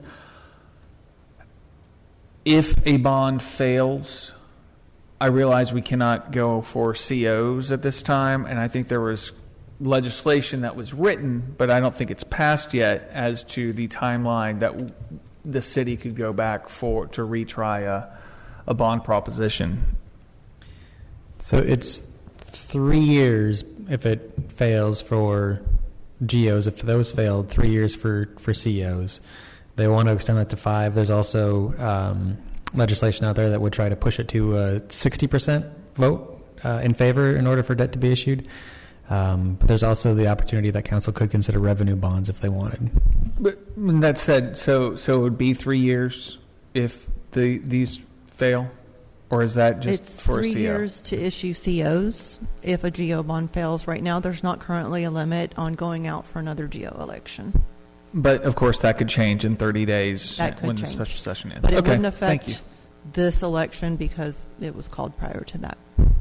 I would prefer we give people the opportunity before that opportunity is gone. I'm all before the potential for that opportunity to even get a vote is gone, because I do have concerns that is a good chance where we're headed. Okay, so the way I understand it is we could, and I don't think there's sentiment on council to do this, we could remove 1, 2, or 3 of these propositions from the ballot, but none of the wording and none of the amounts can change at Correct. this time. We can't change anything other than taking it away completely. So we can't change amounts either? You can't change the amounts of Proposition A or B, because those were the ones we received the petitions on. That can't be accurate because we've already changed the amounts. I think we still have them. I thought that oh yeah, we did reduce them. We Yeah. reduced the ones. And we can but still Marcus reduce. Dietz says, go ahead. I apologize, because I talked to Marcus today, and Austin and I have kind of had this conversation. He kind of changes every time we talk to him, but today I was told we could not change. And that's why we have a call into the Secretary of State. Well, that's kind of part of the discussion. At least to me it was, because I was going to make some suggestions. Okay. I think since we originally published not to exceed, we could reduce the amount. See, that's what I was under the But impression. we can't reduce any other words. That's my understanding, but like I said, we've kind of gone back and forth with bond counsel. I know. The risk of stepping on bond counsel's toes, I think you can reduce, but the issue is for the most part, you're locked into your notice language. And because the notice language is not to exceed, that gives you flexibility on the number down, not up, obviously. Yes. But the other language, you're at the burden of your notice. Yeah. We can't change the language. We can't go above 24 on Proposition A. Proposition A can go down if that's if that's decided. But Mr. Dietz has been multiple times conflicting information, unfortunately, and I would present that to you. If you would like to make any changes to the dollar amounts, I think we can do that. Do not change the language. I'm personally content with how they are as stated. I don't know how everybody else feels. I feel like we've had this conversation multiple times already, but We have had this conversation, and I came back and reserved the right, and I'd like to gauge sentiment towards Prop A listing instead of 21.6 to 21,620,000. Leave it at 16 million, and I can tell you how I got there if you want. can you tell me which specific page? It's Proposition A on page 371. Okay, just Of the verifying, packet. making sure I'm looking at the right thing. Okay, tell me your number and why. 16 million. And what that would do, and so I got that by taking out 4 of the $4.4 million that was allocated to the council chambers. And then taking half of the public works facility amount, thinking that may be able to be reimbursed through land sales, and then thinking some of the EOC could be reimbursed through, or some of the EOC and dispatch could be reimbursed from, excuse me, the crime control district. That's how I got to 16. And Aren't council chambers also the court? Council, Still planned court, off to be committee. court and committee chambers, and then, okay. Let me give you the overall reasoning. Please. And I've heard more than anything in the past year on, besides the Wilchester pool, I've heard that this, on this facility, that most people did not think that a bond for this amount would pass at 21 million, 21.6. And if that's the case, then, I mean, I will vote and put it on the ballot at 21.6 if there are not 3 council members who will join me in changing this amount. I'm just seeing that I've gotten feedback that this would be more That it would be more attractive. digestible. You said 16 or 16.5? Just to clarify. 1.6.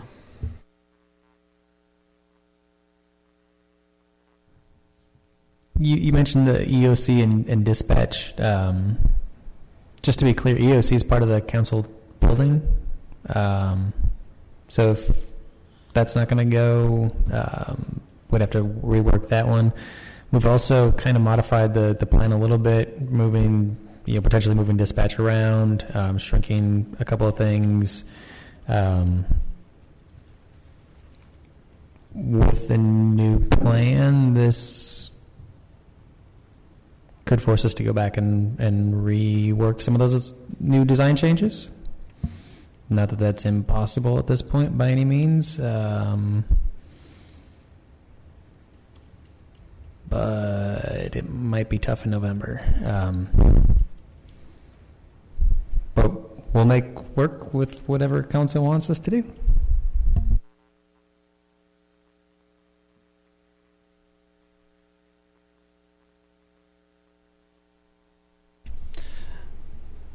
Councilmember Watson has basically made a motion for $16 million. Does anybody second that? Or? Can I hear from what, I think Connie has some comments just from what all the red words I can see over here. Well, I just want, if it contributes to the conversation, because I'm assuming it might, I'm just curious. I'd like to hear some more before I make an opinion. well, then, other than my concerns about what I just said earlier. So what I did was, and I don't know if a lot of people know this or even gone out there, but on the city's website, Jennifer had put together a PDF with charts. This is what you put together, correct? And there's a calculator as well if you wanted to customize it, but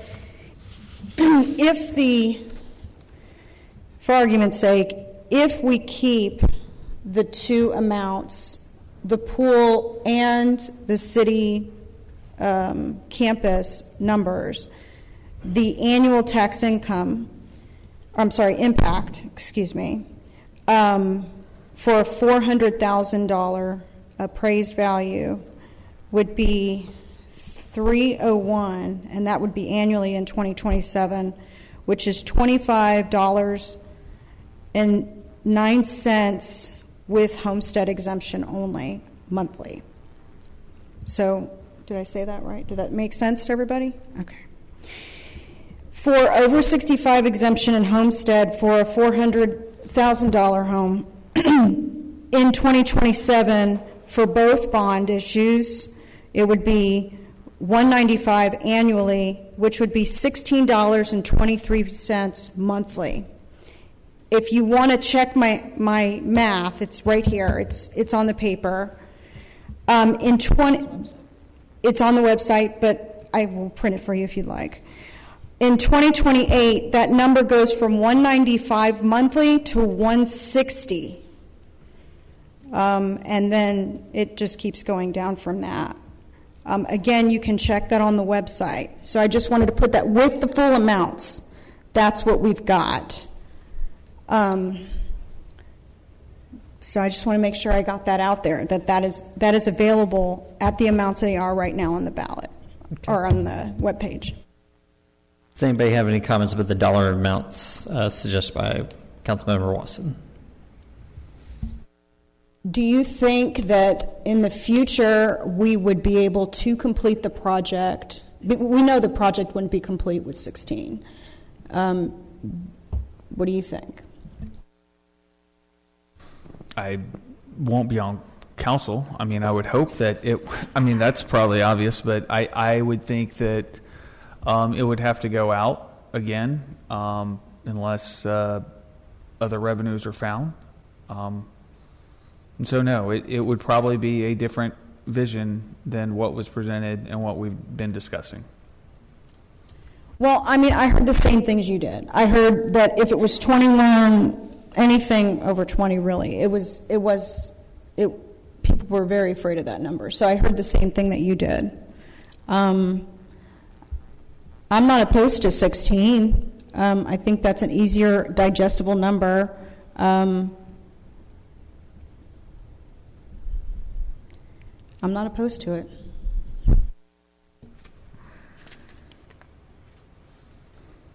I will say, to counteract that, if you do simple math, it's 3/4 of what it was, roughly. If we're talking $67 in the next year per 100,000, which is roughly 240, maybe 250, let's say, I mean, you're cutting off $60 of that, or $70 annually. So per property, total. You're saying, are you saying annually on the 400? I mean, the difference annually is $67 per household. Per $100. No, well, $67. $67. Total. I would between the 16 and the 21. Add to this and recommend y'all consider closer to 19.5, because when we lowered it the first time, it was because we were going to absorb the finance charges out of our existing costs, our existing funds, and you are getting very close to an area where you're not going to have enough funds at 16 to complete the project. So help me out, guys, remember, what was the original, was the original 26? It was a not to exceed 24, and the reason that the Yes. financial advisor recommended that is because if we need to have money to pay for the costs of issuing the bonds and those types of things, we didn't have to with the ones we just did, so we think that 21.6 is reasonable. We can net that much cash because that's what we would need to do the project off the estimate, but that's why we were at the higher amount earlier. So we were at 24, we dropped it to 21.6, assuming that like we talked about, we would absorb administrative costs for the bonds. I guess my concern is at some point we're arbitrarily picking a number, and I don't mean arbitrarily, I know you looked at your stuff, but I worry that we're outpricing anything. So that makes me think at 16 million, that's actually what, $14 million to spend? And then, so like that, and that's my concern. I understand dropping, and I think I would be okay lowering that number some. I worry that 16 is too much. That's why I arbitrarily came up with 19, but it's 19, all, that's the thing, guys, we're just picking numbers. That I don't have a huge problem with his scope. But if you do his scope but leave it at 19, you have that room. Because I also understand, let's give you, this is a number, maybe this number is a little more digestible, and then here's the number, do whatever you can, here's your budget, work within your means, figure it out. I get that. I also feel like they didn't arbitrarily come up with the numbers that they presented to us originally. It was come up by a architect. It was an architectural firm. The 21.6, that number is from Brookstone Construction. They're the ones that council selected to help us with the guaranteed maximum price and those types of things. So these are construction contractors that are doing this work and do this every day of the week. So these numbers are a pretty good opinion of probable cost. Okay, so hold on, let's see. What if we did 18.9? Would we have anything left over?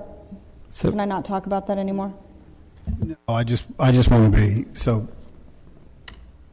I'm correct in understanding bond counsel today or last night, whenever, said he would not recommend changing the number. He was uncomfortable with that.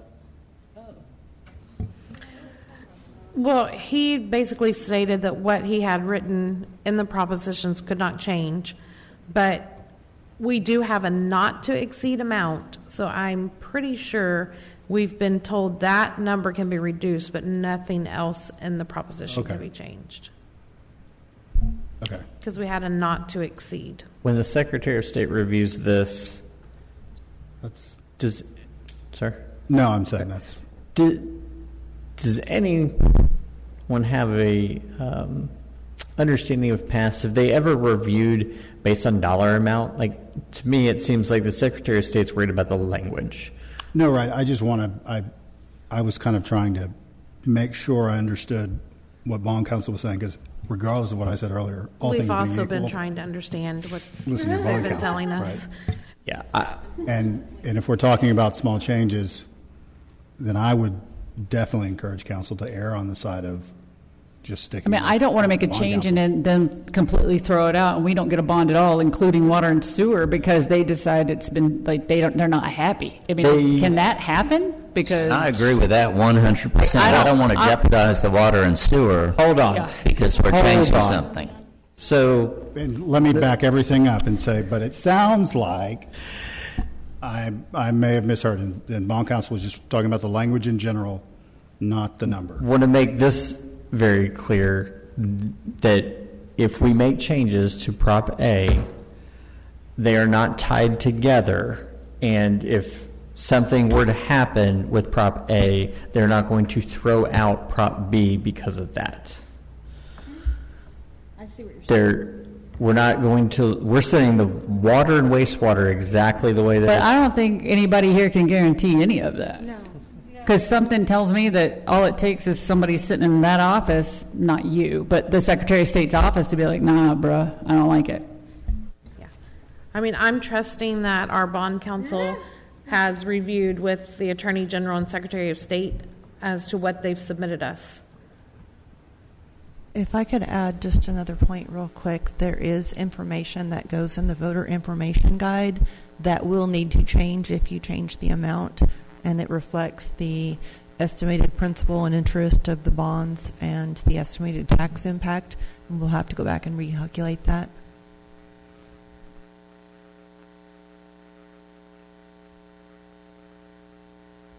I said, I didn't mean to because blow if it it's up. going to make that big a difference in it on passing, then what bond counsel had said. let's make an adjustment. He's But the one that's looked at that issue. I also want to remind council that tonight is our last night to call this election, and the county has already had me upload our ballot language into their portal. I get the feeling I might have a second to my motion. I will not get 3 votes to pass it, and I will, and it sounds like there's a lot more risk involved in moving forward with it, and I'm willing to withdraw. Consider withdrawal. Didn't we have a motion? I just want everyone to hear that we're over here arguing over $60 over a year. That's what it feels like. If I'm well, hearing that's this it all is. right. You're right, and that's the thing. I think. And I wish we could put that language more on the ballot, because when they see these huge numbers, it feels big. It feels big. But yes, it's $60 a year for what the city needs. Would anyone like to make a motion in regards to ordinance 2025-27? The one we're talking about.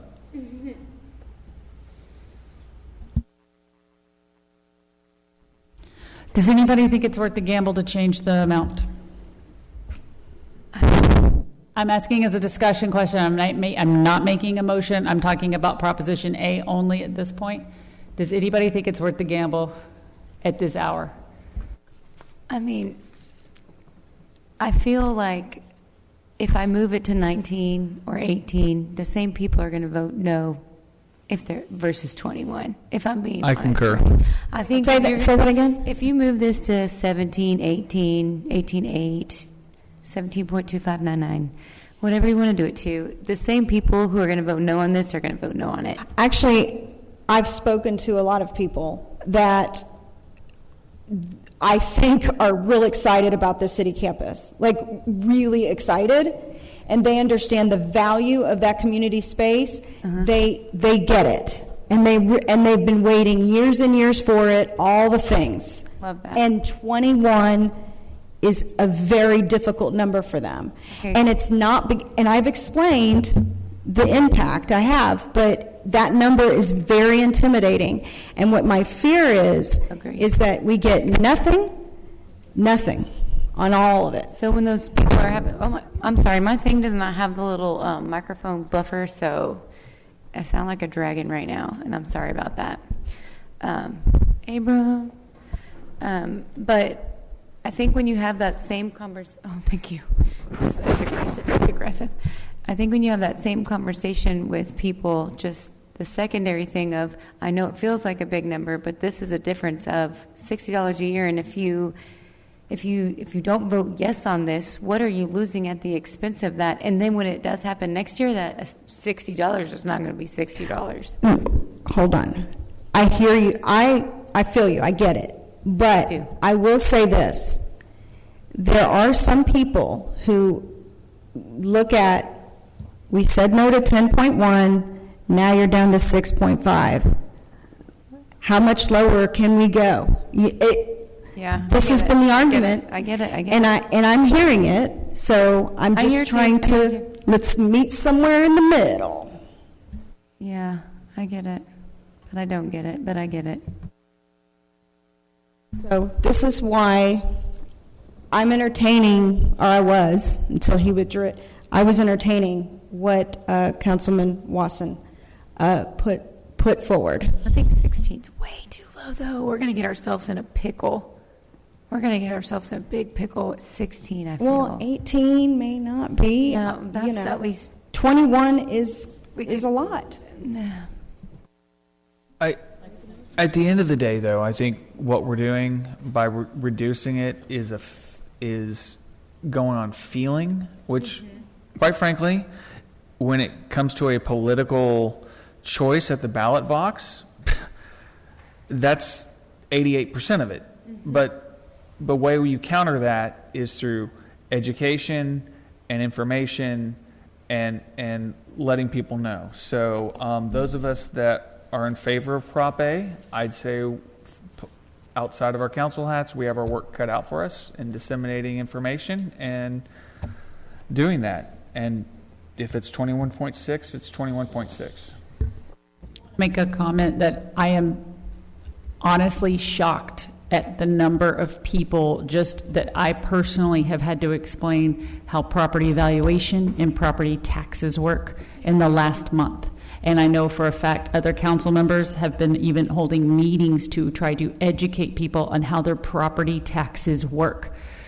Guys, you've got, as citizens, we all need to do a better job of understanding these things, because we're making decisions at the ballot box without completely understanding what's going on. I'm sad how many people have contacted, or I've talked to in passing. They're like, I just don't understand why we don't have a pool. What are y'all doing there? Why don't we get to vote on that? I'm like, there's been 2 votes. There's been thousands of meetings. Unfortunately, none of those people are here, and they're not watching this meeting. Do we have a motion on this ordinance?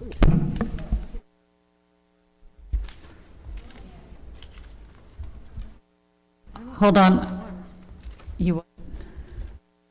I don't like Well, y'all are, let me just pipe in here. I mean, a month ago, y'all were very adamant that, if I recall correctly, and I could be wrong, but the 21.62 and going for the full city campus because that's what the citizens want, very confident in it. So, Who was? well, that motion passed. Did it pass 3-2 or 4-1? I hear what you're saying, but Yeah, and so, now you're sitting there saying, if essentially this conversation revolves around is 21.62, a number that residents will agree to, or, well, what if we reduce it to this or reduce it to that? To me, that's inconsistent. If you're of the opinion that city campus is embraced by the voters and 21.62 will pass, then go with it. Quite frankly, it is a path for this city that I, not surprisingly, have said I disagree with. So I think that our job is to listen to the citizens and be flexible with our ideas and opinions, and I think that's what Council Member Rossi has been doing. So I don't think that because we said something 8 meetings ago that it's tied in forever. We listened to the people. Month. Yeah, it was last month. he's referring to last month, and it was there were 2 of us who voted against the 21.6. I thank you, Connie, for correcting me. I appreciate that.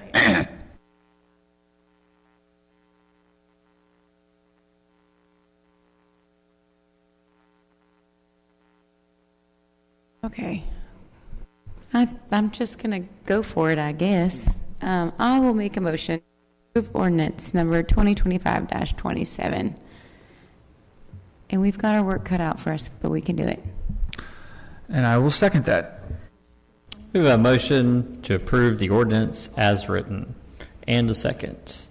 Any further discussion? Is this with all the propositions, everything? As written. As written. Everything as written. Numbers and all? I don't know. We At least we're not talking about streets. No further All right. discussion. Those in favor of approving ordinance 2025-27? Those opposed?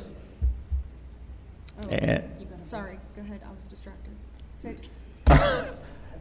Councilwoman Rossi, are you in favor, against, or abstaining?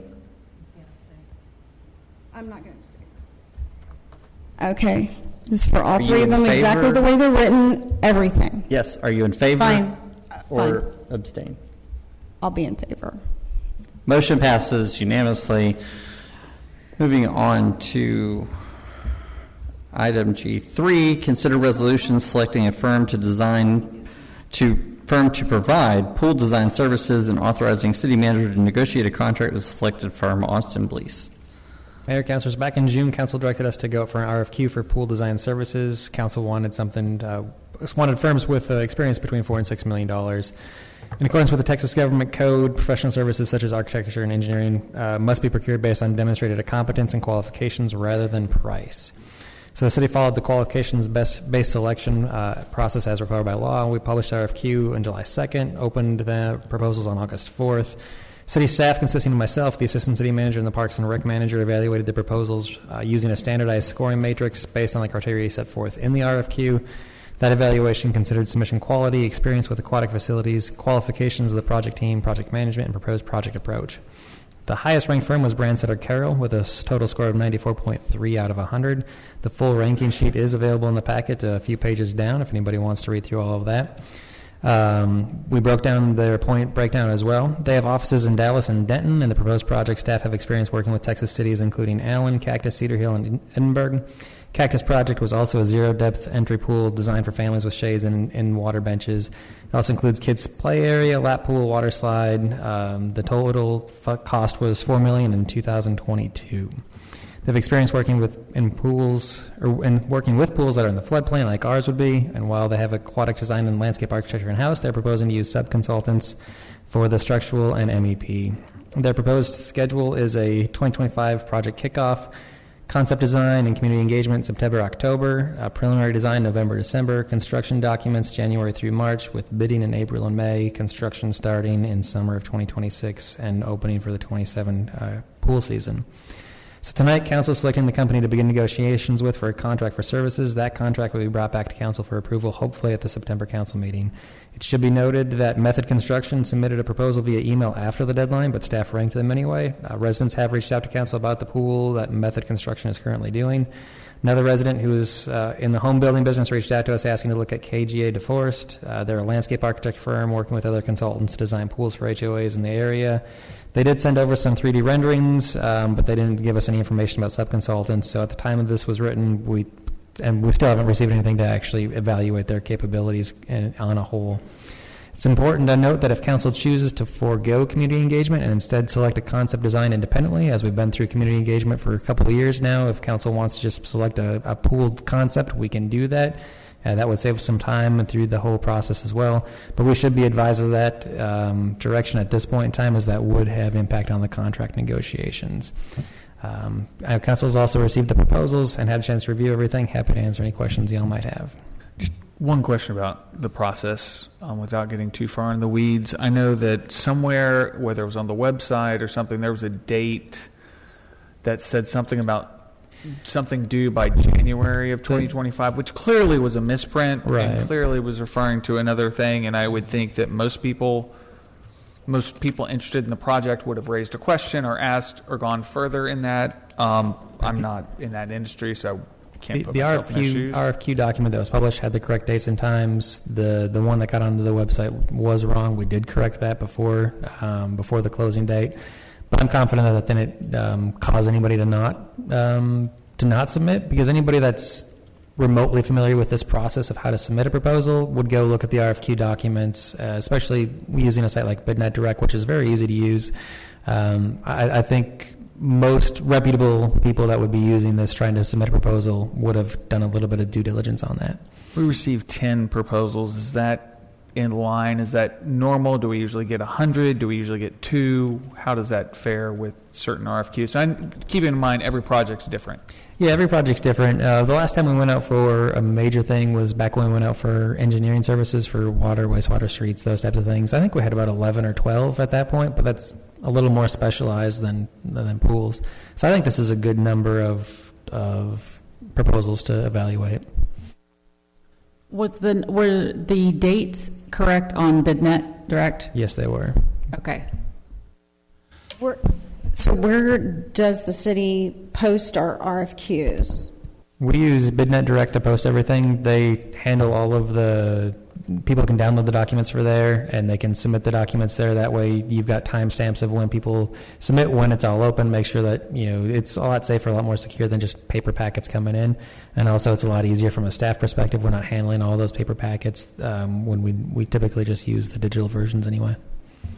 Okay, and then where else? Is there somewhere else? Like for instance, a lot of municipal utility districts will post in the Houston Business Journal. Do we do something like that? We post in the Houston Chronicle. I believe that's the official newspaper of record. If council wants us to look at modifying that newspaper of record or adding this to the thing, we can do that. That's not a problem. A little bit of extra advertising probably isn't a bad thing. But I feel with the way that this goes out on BidNet Direct, and a lot of companies will use aggregating services that look for these types of things, and they'll get daily results or emails. BidNet sends this out to anybody that's registered them in this genre of work or field of work. They get an email anytime a new posting is made about a new project that they might be capable of applying for. So we got a wide variety of people, but we can always look to advertise in the Houston Business Journal in the future as well. My company, I have an account with BidNet and HCD and several others, and I just get notifications when type of work that I do comes out. I'd pull all the dates off of their website. I only go look at the client when I want to learn more about what I'm bidding.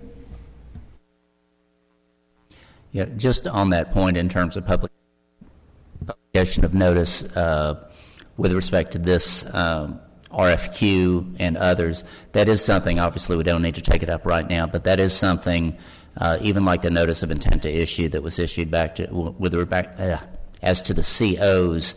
I know that the Houston Chronicle, if I recall correctly, their local paper for us is the Cypress Mirror, which I've just never even heard of. And so I do think it would be good for council to revisit that in terms of when we're trying to comply with statutory obligations to get a notice, any notice out that needs to be published, that we look at that and maybe make a decision moving forward that this is what we're going to do, because it increases the best chance of complying, and not just complying with the statute, but affecting the intent of the statute, which is to get the notice to all the appropriate parties. So that said, and I appreciate Austin, because I asked and you had provided copies of all of the submittal documents from each of the vendors, and I noticed that the top three vendors were all within point or two of each other. So first question is with respect to Clark Condon, have we used them for some other services in the past, and if so, what services? Yeah, we use them for our Gateway and Wayfinding Master Plan, and they did all of the construction documents and stuff for our marquee signs and entrance monuments. Okay, so all the monument wayfinding, all of that sort of stuff? What was your level of satisfaction with the quality of the work and the performance of their obligations in that? Clark Condon, they seem to do good work. The person that we worked with at Clark Condon is no longer there, so I don't know the current people there that were part of the proposal. And did Clark Condon, they'd had significant experience in the pool building or pool design? They have arena? Sub-consultants. No one of these groups is going to do everything in whole. Everybody, it's a team of different consultants. So it's not, Clark Condon doesn't design pools, they're a landscape architect, but they've got sub-consultants that they work with that are a part of the proposal that we could evaluate their capabilities on as well. But that's, as you noted, the top three were very close. And with respect to KW, does the city have any history with that entity? I don't think we've worked with them. I don't recall using them in my time here. Robert, I don't know if you know if we've worked with. No, we haven't.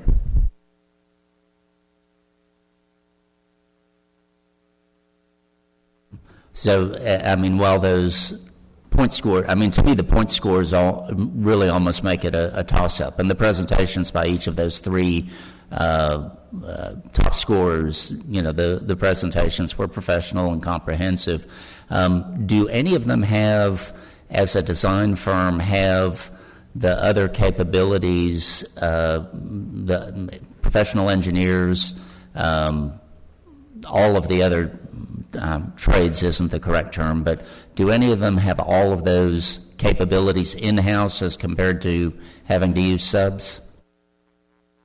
I believe, I could be wrong, it's been a while since I read through all of them, but I believe Brandsetter, the one that's being recommended, is the one that had the least number of subs. They had MEP and structural, but I believe but they've got their own waterscape, pool consultants, that's what they do. But I believe this group had the least number of subs out of the top 3 anyway. But it's been a week since I've read through all of them.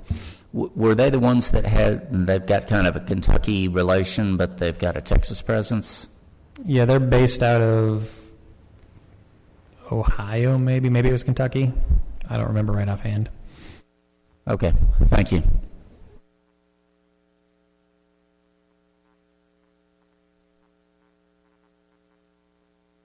Let me ask one other thing, following up on the conversation and the email that you received from one of the residents who works for a large home builder, land development company. The entity that he had recommended, who's been involved in various construction projects in the Houston, Harris County, and surrounding area, did you have any direct follow-up with them? And I'm not being critical of you, Austin. I'm just asking, did they reach out or ever speak to you directly or anything along those lines? Yeah, the resident in question did facilitate a couple of email exchanges. They did send over some design plans that I'm assuming one of their sub-consultants, because it wasn't their name on that plan, did. That plan also showed that there was a lot of work to be done by outside people, like the pool decking and the buildings and some of those things. So we did communicate a little bit with them. That is a landscape architect company. They don't do pools. They sub it out. And as I mentioned before, we just didn't get enough information from them to actually be able to evaluate what their team would look like from a whole team type of aspect before we needed to get this out to the council for the council consideration. And hopefully the last question on this point, with respect to the pool design process, because there was one of the parts of the revised budget, you're estimating $19,000 in pool design costs. Is that? That's the amount that we think we need to get to November. If we get to November and the bond fails, we're obviously going to have a further conversation of what do we do? Do we keep moving forward or do we not?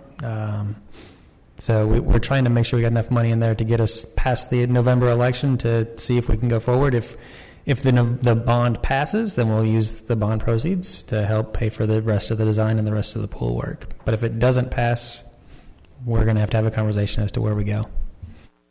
And with respect to the cost, and I realize this is the second part of this, but since this is responding to an RFQ, but do you have any idea what the total design costs would be? I mean, even just a ballpark. Typically, design fees like this are somewhere between 7 and 14% of the total project costs, but that's what we're about to going to negotiate.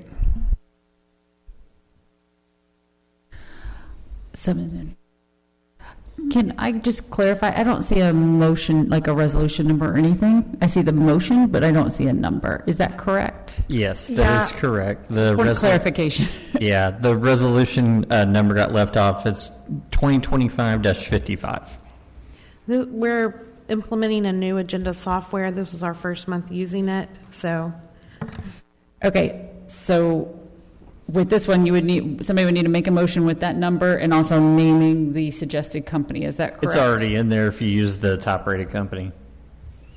If you're going with the staff's recommendation of the top-rated, then you can just approve resolution. No, I see that, but I'm on page 394 and I don't see. Oh, I'm sorry. I'm short one. My apologies. Section 1.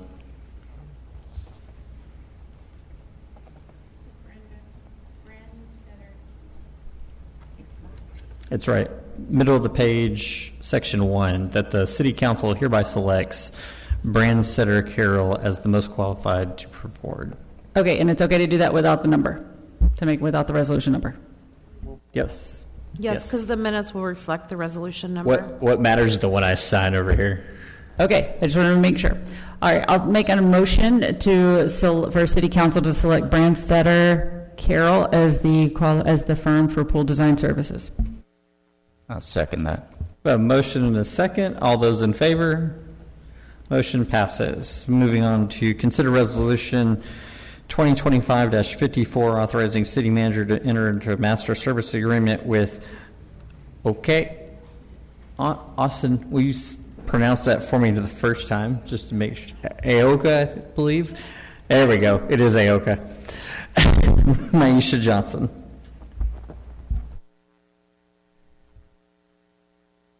Council.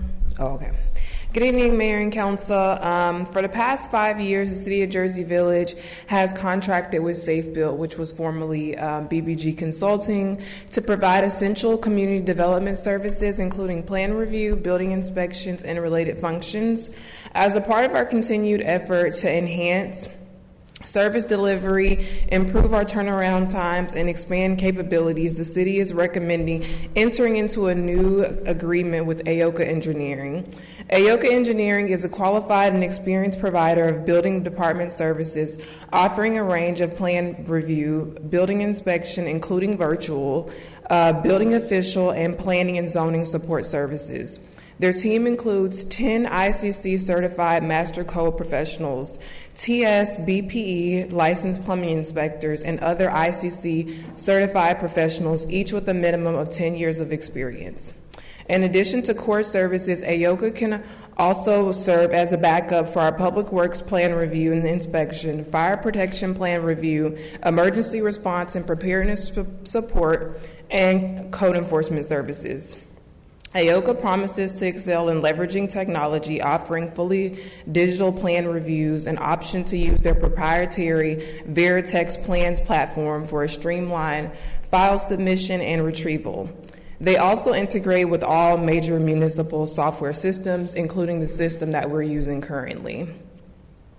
They are able to also guarantee turnaround times for plan reviews, rechecks, and inspections, a critical factor in improving our customer service and reducing delays for residents and developers.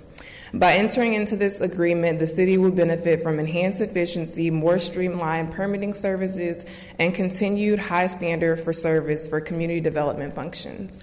We also have Rocky Rodriguez, who's the business development manager from Aoka, here to answer any questions. Any questions for Maisha? Yeah, Maisha, as compared to the entity that BBG Consulting and Safe Built, what's the difference in the rates that are charged? How do they compare? So they're going to actually be changing the way in which. So one, I'll say that it's a lot more. It's easier this way because right now we're getting charged for every single service. They're going to charge us a flat fee. So it's going to end up being around, I believe, $120,000 a year, which is basically what we pay for BBG. But BBG, I'm calling BBG, Safe Built. Safe Built, every month is something different based on the level of activity that we have. So it's typically lower months are going to be lower 8,000s, high months, especially when they rewrote our code, 15 grand, stuff like that, around there. So that 120,000, is that just a ballpark projection, or has anybody sort of sat down and said, okay, here's what's going to happen over the next 12, 24 months, and here's what we think our spend with this particular company for these services is going to be? It's a flat rate. So their services that they included in the master service agreement, page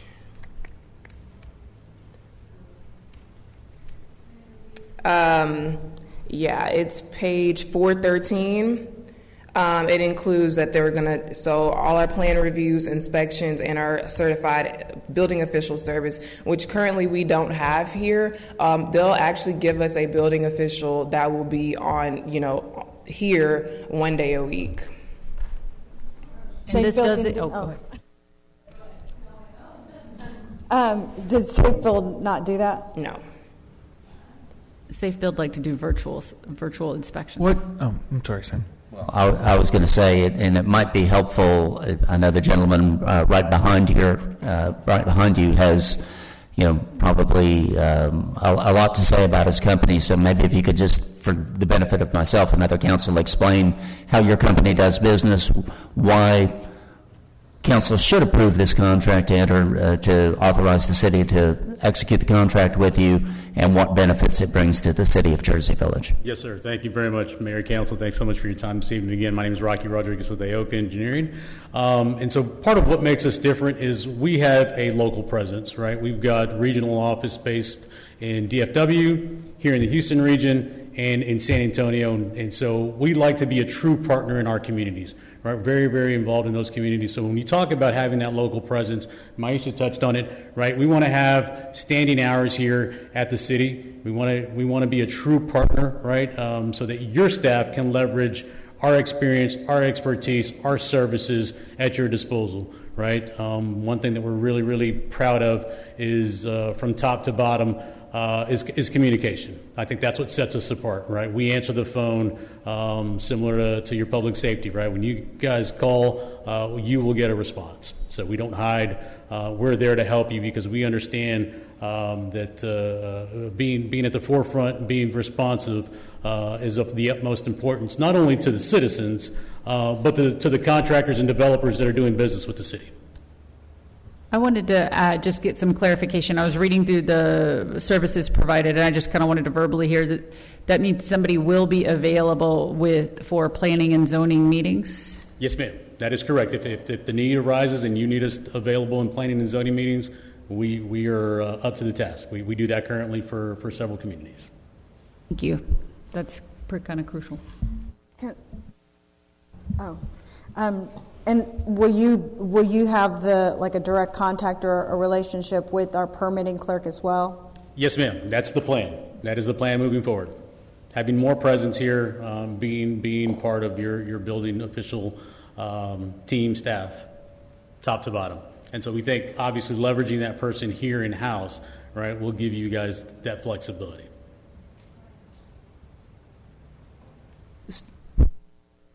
I was going to ask to either of you, I realize on one of the pages, I guess it's page 10 of your proposal of the MSA and page 412 of the packet, there lists several SDA service delivery agreement ads.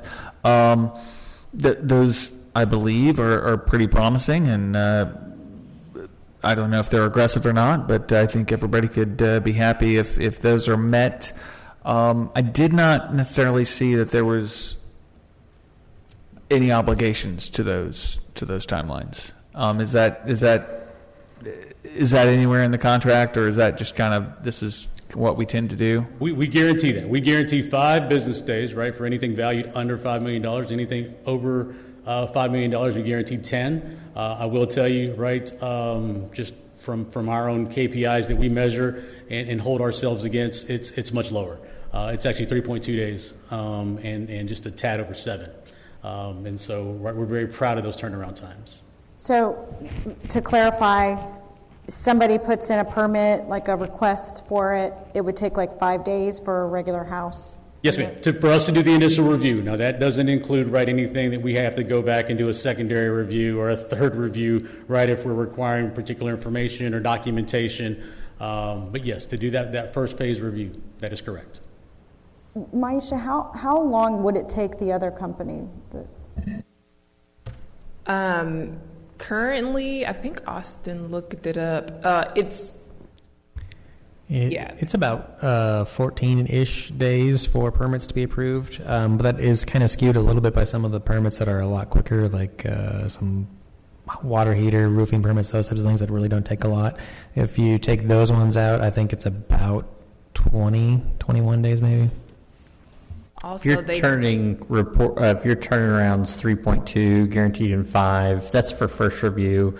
Those are going to be with comments. I can turn a review around that quick. Also, is the second and third review under the same timeline? Actually, even quicker. Yes, sir.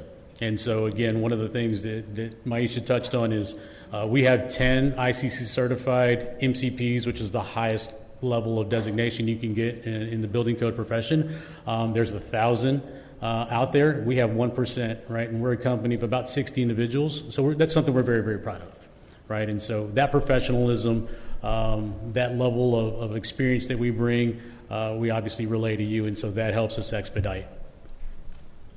In looking at this and providing under the master service agreement the annual building department service fee of $120, have y'all evaluated in any way the volume of what is currently going on in Jersey Village in terms of permit applications, et cetera? Yes, that was part of the initial conversations with Maisha is getting a clear understanding of what that looks like, right? And so we did a pretty comprehensive analysis of what it is in terms of the number of permits, the number of inspections, the types of inspections, the types of projects coming out. And so we took all of that into consideration before delivering a price. Yes, sir. And then I know you've got the flat rate, and then you've got some hourly rates, some add-ons, and then you've got some bigger project rates. Based on what you've seen, maybe what's happened in the last 12 months in Jersey Village, do you have an indication? And it sounds to me like not only the services you're going to be providing are perhaps more efficient or will be delivered more quickly, but also you may provide some additional services that the other company is not providing. But do you have an estimate, like in the next 12 months in providing services to Jersey Village? Are we looking at 120? Are we looking at 180? Are we looking at 240?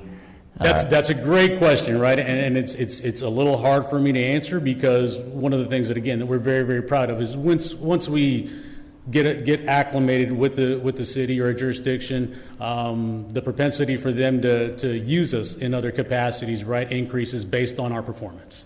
And so, right, based on the performance, you may want us to do some overflow plan reviews for your fire department, right? You may need some assistance with code enforcement.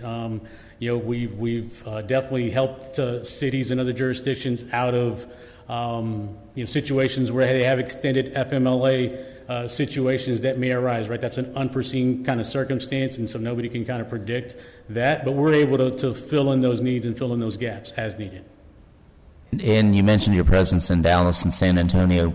Within the Houston or Harris County or surrounding counties, what can you provide the names of several entities or municipalities that you're working with? Sure. So here locally in the Houston area, City of Belleville will be entering an agreement with Harris County to do some of their overflow inspections. City of Hedwig Village, which is one of your neighbors, we have standing office hours there. Thank you. Yes, sir. You're doing overflow for engineering? Overflow. You said it Harris County, so you're working inspections. Overflow for their inspections. Yes, sir. For engineering inspections. Okay. Yes, sir. So, you said with Harris County? Yes, ma'am. And you had what's your manpower again?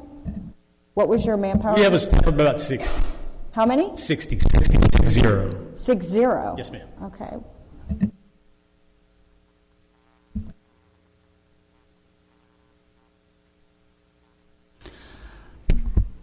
Resolution numbers 2025-54. I'll make a motion to approve resolution number 2025-54. I'll second. Motion and a second. All those in favor? Motion passes. Moving on to item number G5, ordinance 2025-28, amending the Code of Ordinances of the City of Jersey Village, Chapter 70, Article 2, Section 77, related to water and wastewater rates. Austin Blease. Mayor and councilors, at the July budget meeting, council wanted us to look at the water rates for the upcoming year. The budget that was approved earlier this evening factors in these water rates as well. These rates do account for the bond issuance, the debt service that would be required. So if the bond is approved in November, we do believe that this amount, these rates would be able to handle all of the debt service that would be required. These are a fairly large increase for this upcoming fiscal year, starting October 1. Residential usage with 3,000 gallons would go up about $19.73. With 6,000 gallons usage, it'd be $29.87. For 2 meters with residential, it'd be about $32 $32.99 for 6,000 gallons of irrigation and 3,000 at the home. With 6,000 in the home and 10,000 irrigation, would be $54.25, and commercial would also go up. With 10,000 gallons, it'd be about $76, and 20,000 gallons would be $134. Future year rates are scheduled to assume 3% increases for cost of living, CPI, and increased water rates due to the City of Houston and their federally mandated EPA consent agreement that they're under, along with the state mandated reduction in groundwater usage. So we do recommend approval of this ordinance to amend the rates, which would be effective. The rates will be effective October 1st, 2025. So, am I understanding this correctly? That this would handle the proposed debt, this debt, and then also replenish reserves, so kind of make us whole, if you will. Right. So this would handle all of the debt service that's required. We wouldn't likely have debt service until the next fiscal year, so this would build up our fund reserves as well. To be clear, is this an adoption of the rates set forth in Exhibit A for all the fiscal years forward, or only for the current fiscal year? For all the fiscal years listed in the ordinance. And then other question with respect to the commercial water rates. How do those commercial water rates in Jersey Village compare to commercial water rates for any of the cities or areas around us? I'm not sure right offhand. I will add, recently, I guess not even recent now, maybe a month ago, I was in a meeting with several mayors and we were talking about water rates, and it was very eye-opening to me to find out that the majority of the cities around us were still in some stage, some of them not at all, in adopting surface water for their sourcing. And so we purchase almost all of our water from the City of Houston. There are a number of cities locally that are still pumping groundwater. One of them was talking at the event at how they foresee their water bills going up by $6 per 1,000 gallons because of choices that they have made. So as you compare our water rates to cities around us, consider how much they're pumping their water out of the ground versus surface water, and how much they're about to raise their rates, because some of the cities around us are going to be forced by TCEQ and regional water authorities to dramatically increase their rates. You mentioned the subsidence. Jersey Village stopped pumping groundwater because we were having a flooding issue, and there are some cities around here that are now experiencing the same thing that we did decades ago, and there's a city not far that flooded for the first time because they are still pumping 100% of their groundwater. The reason I asked that question about the commercial rates is because in one of the documents that was part of the package or materials you provided, Austin, it was stating that a city had solved a lot of its, it was a small town, but it solved a lot of its financial problems in the price of its water sold for commercial usage. And that's why I think it would be prudent for at least the City of Jersey Village to examine what we're charging on a commercial basis, and what's for a industry over here in Jersey Village versus an industry located in the City of Houston versus just Harris County generally. Because if there's some room to realize some revenue, I mean, obviously that's going to help us with the utility funds. So. Austin, did you happen to do a check on either Random Houses or an average water bill on what it would go up? We did do the average, and that's the numbers that we put in the agenda packet. I didn't do the houses like I've done in the past, pick out 10 houses and see what it looks like. How does that I'm sorry, I wasn't clear. How did that compare to current versus future rates? So the average right now is about 6,000 gallons per month for a residential home, for one with a single meter. It ebbs and flows, obviously, but 6,000 gallons is the average that we see on a residential meter.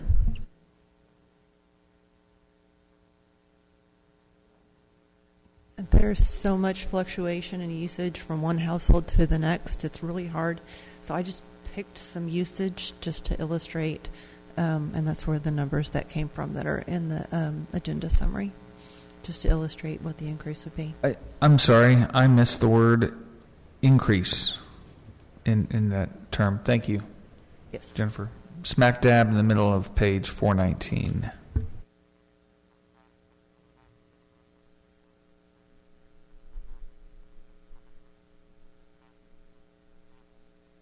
I'll make a motion to approve ordinance number 2025-28. Second that. A motion and a second. All those in favor? Motion passes. Mayor and council comments.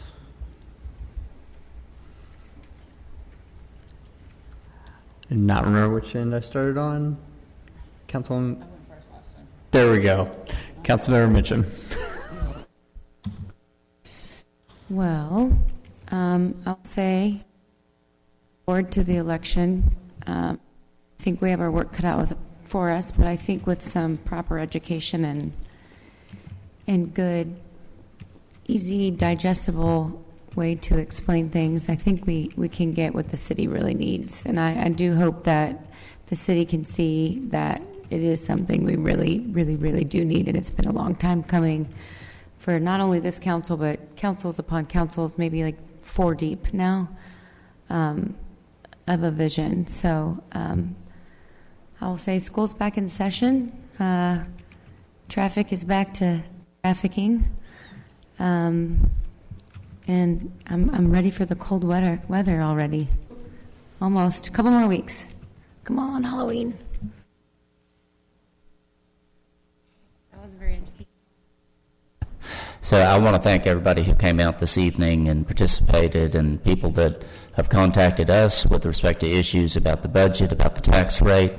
Going through this as a first-term council member, it is a significant task to try to learn, get up to speed, understand what's going on, look at all the moving components, the information that we've been provided by the city manager and city staff has been extremely helpful, but it's a difficult equation to solve. We live in a really good city. We've got great amenities, great police, fire, EMS.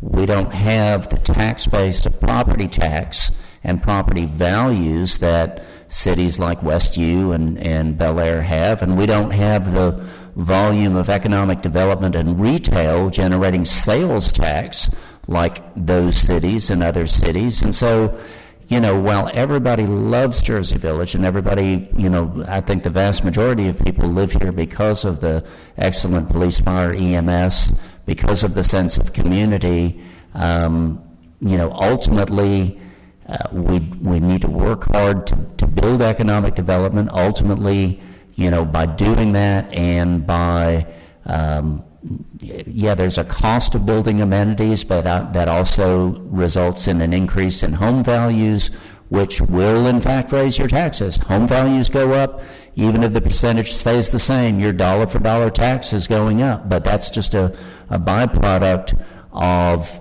creating the community that we want. We want to have good services, we want to have good amenities.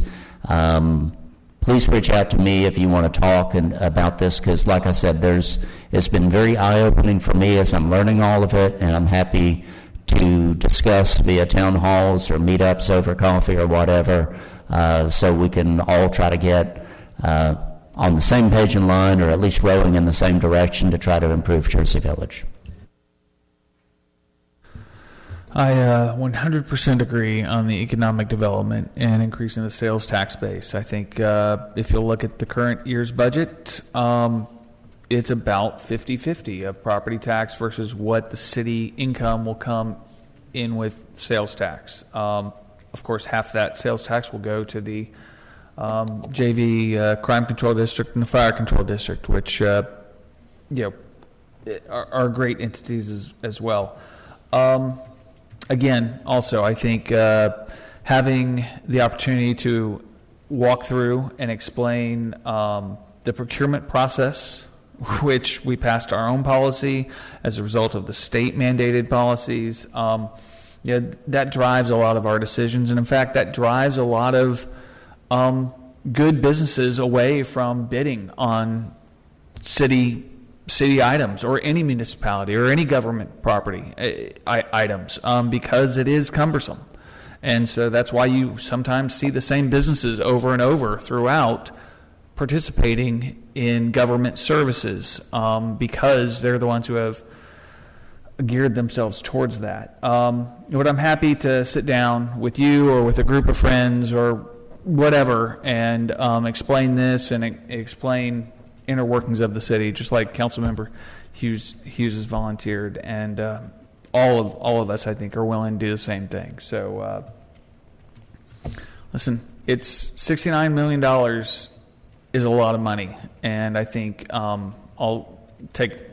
I think our staff does a wonderful job managing it, and I think our citizens generally show that appreciation. So, great job, team. Thanks. Well, I do want to thank all the departments. Jennifer and Austin, during this budgeting time, you guys did a really good job. And you've been very much available to me when I've had questions. I'm not first year, but I'm not far off. So I understand what you're talking about. There are a couple other things. I do want to say there was, we were raising money for the Kerr County Relief Fund, and I do want to thank the fire department for coming over and helping load all that barbecue for transportation to its location. We were able to raise quite a bit of money. I understand that residents not always agree with how funds should be allocated, and I respect the different opinions and perspectives, but we all want the same thing, which I think has been set up here, which is a really good small town, and with services that we care about, with a fire department we can call, hey, can you help me load this barbecue? So I think if we can get, like Simon said, or row in the same direction, I guess, is how you put it. I thought that was a good way to put it. I think we can get there, and I will and have been very much available for those conversations, and I'll continue to be available for those conversations as well. So that's it. Ditto to all of it. I also want to say I love living in Jersey Village, and I enjoy the amenities and services that are provided by the city of Jersey Village. And for that, I want to say thank you to all of the city staff, all of you. You guys do a good job. I would also like to say that I will pay my tax rate, maybe not gladly, but I will pay our taxes, and I will pay the taxes that are asked of me because I expect those services. So if I expect a under 4-minute police and fire response time, then I understand that there's a price associated with that, and that there's a cost for that. There's a reason I choose to live here, and I don't choose to live in Town Lake, and it's because of things like that. And I recognized that when I purchased my home in Jersey Village, and I knew that there was costs associated with maintaining that. So while we can bicker about a lot of different things, I do think when push comes to shove, that if people have to make hard decisions about what we do and don't want, I think a lot of people aren't going to make the decisions of things that they don't want services, that they're not going to choose to not have those services, nor are they going to choose to not be able to call the city staff and say, hey, I'm having a problem with my water meter. Can somebody help me? And you actually get a response in a normal amount of time, instead of like if you were in the county and it's going to be 2 months before somebody even acknowledges that you've reached out. So I think there's something to be said for that. That being said, I just want to do a quick reminder about school zones. I teach, and I leave very early in the morning with my children for practices, and we have a lot of high school drivers, new high school drivers, and with that comes with some questionable driving skills. So please make sure you are communicating to anyone and everyone you know about respecting the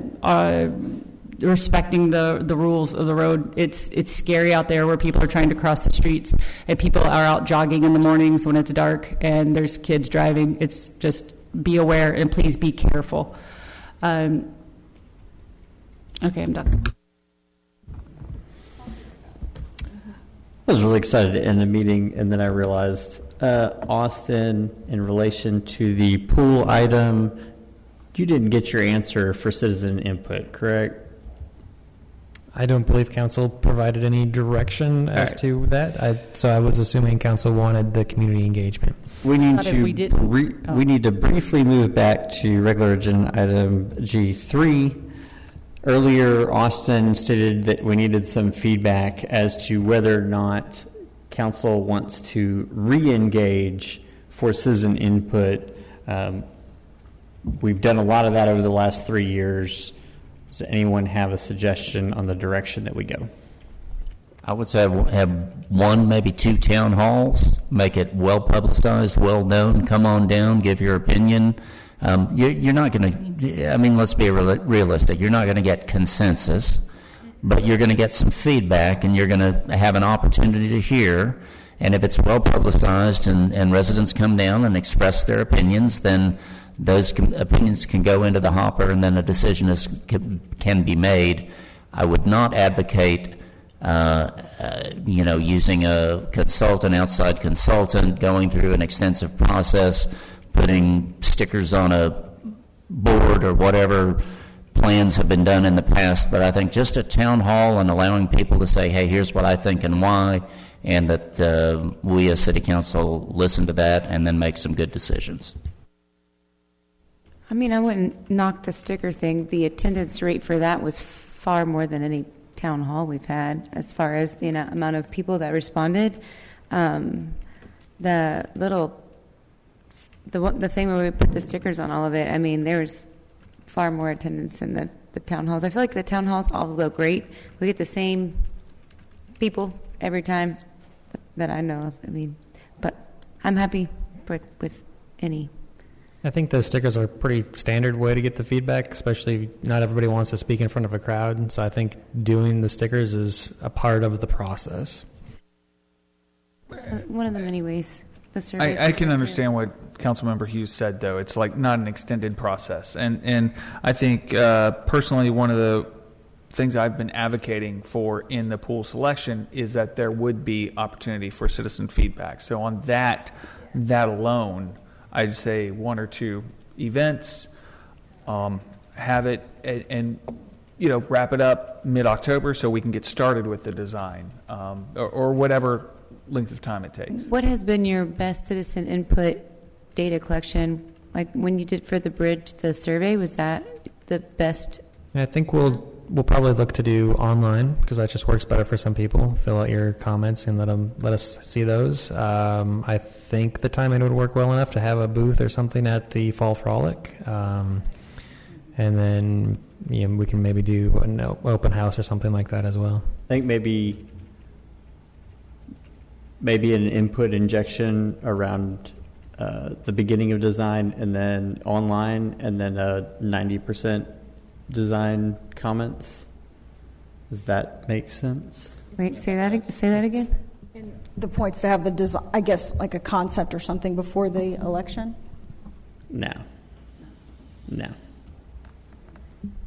Wait, but James, can you say surveying, doing an online input early on, like we did for the bridge, and then coming up with a design that has like a 75 to 90%. Okay, some comments on what. Fine tune it. I mean, I think we would have to have the concept. I think we probably want to bring that back to council probably November to finalize the concept, and then we keep rolling forward. Because that makes sense. Yeah, I like the idea of input. Just whatever in the past has been the most successful. Let's take that and run with it. feel like you have a consensus on feedback? Yes, sir. Okay. Moving back to mayor comments. I don't have a whole lot. Jennifer, great job on the budget. Yourself, Jordan, Patty, Taryn did fantastic job on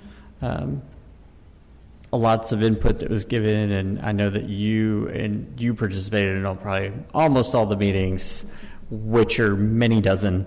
Except budget workshops, that was sick. And so I'm glad that y'all are able to now take a break slightly. I don't have a whole lot else other than there's a lot being put forth in November. I had to echo what Councilwoman McCray said earlier. It's frustrating, the number of residents that just don't get involved. And I think everybody in this room knows that. And no matter what side of it you're on, of any one issue, you get frustrated on how unbothered some residents are. And we're coming up on a very important vote. And so I am happy, as well as everyone else up here, to visit with, answer questions, and try to make sure that we make the best Jersey Village. I have no other comments. For that, we are adjourned, 9:52.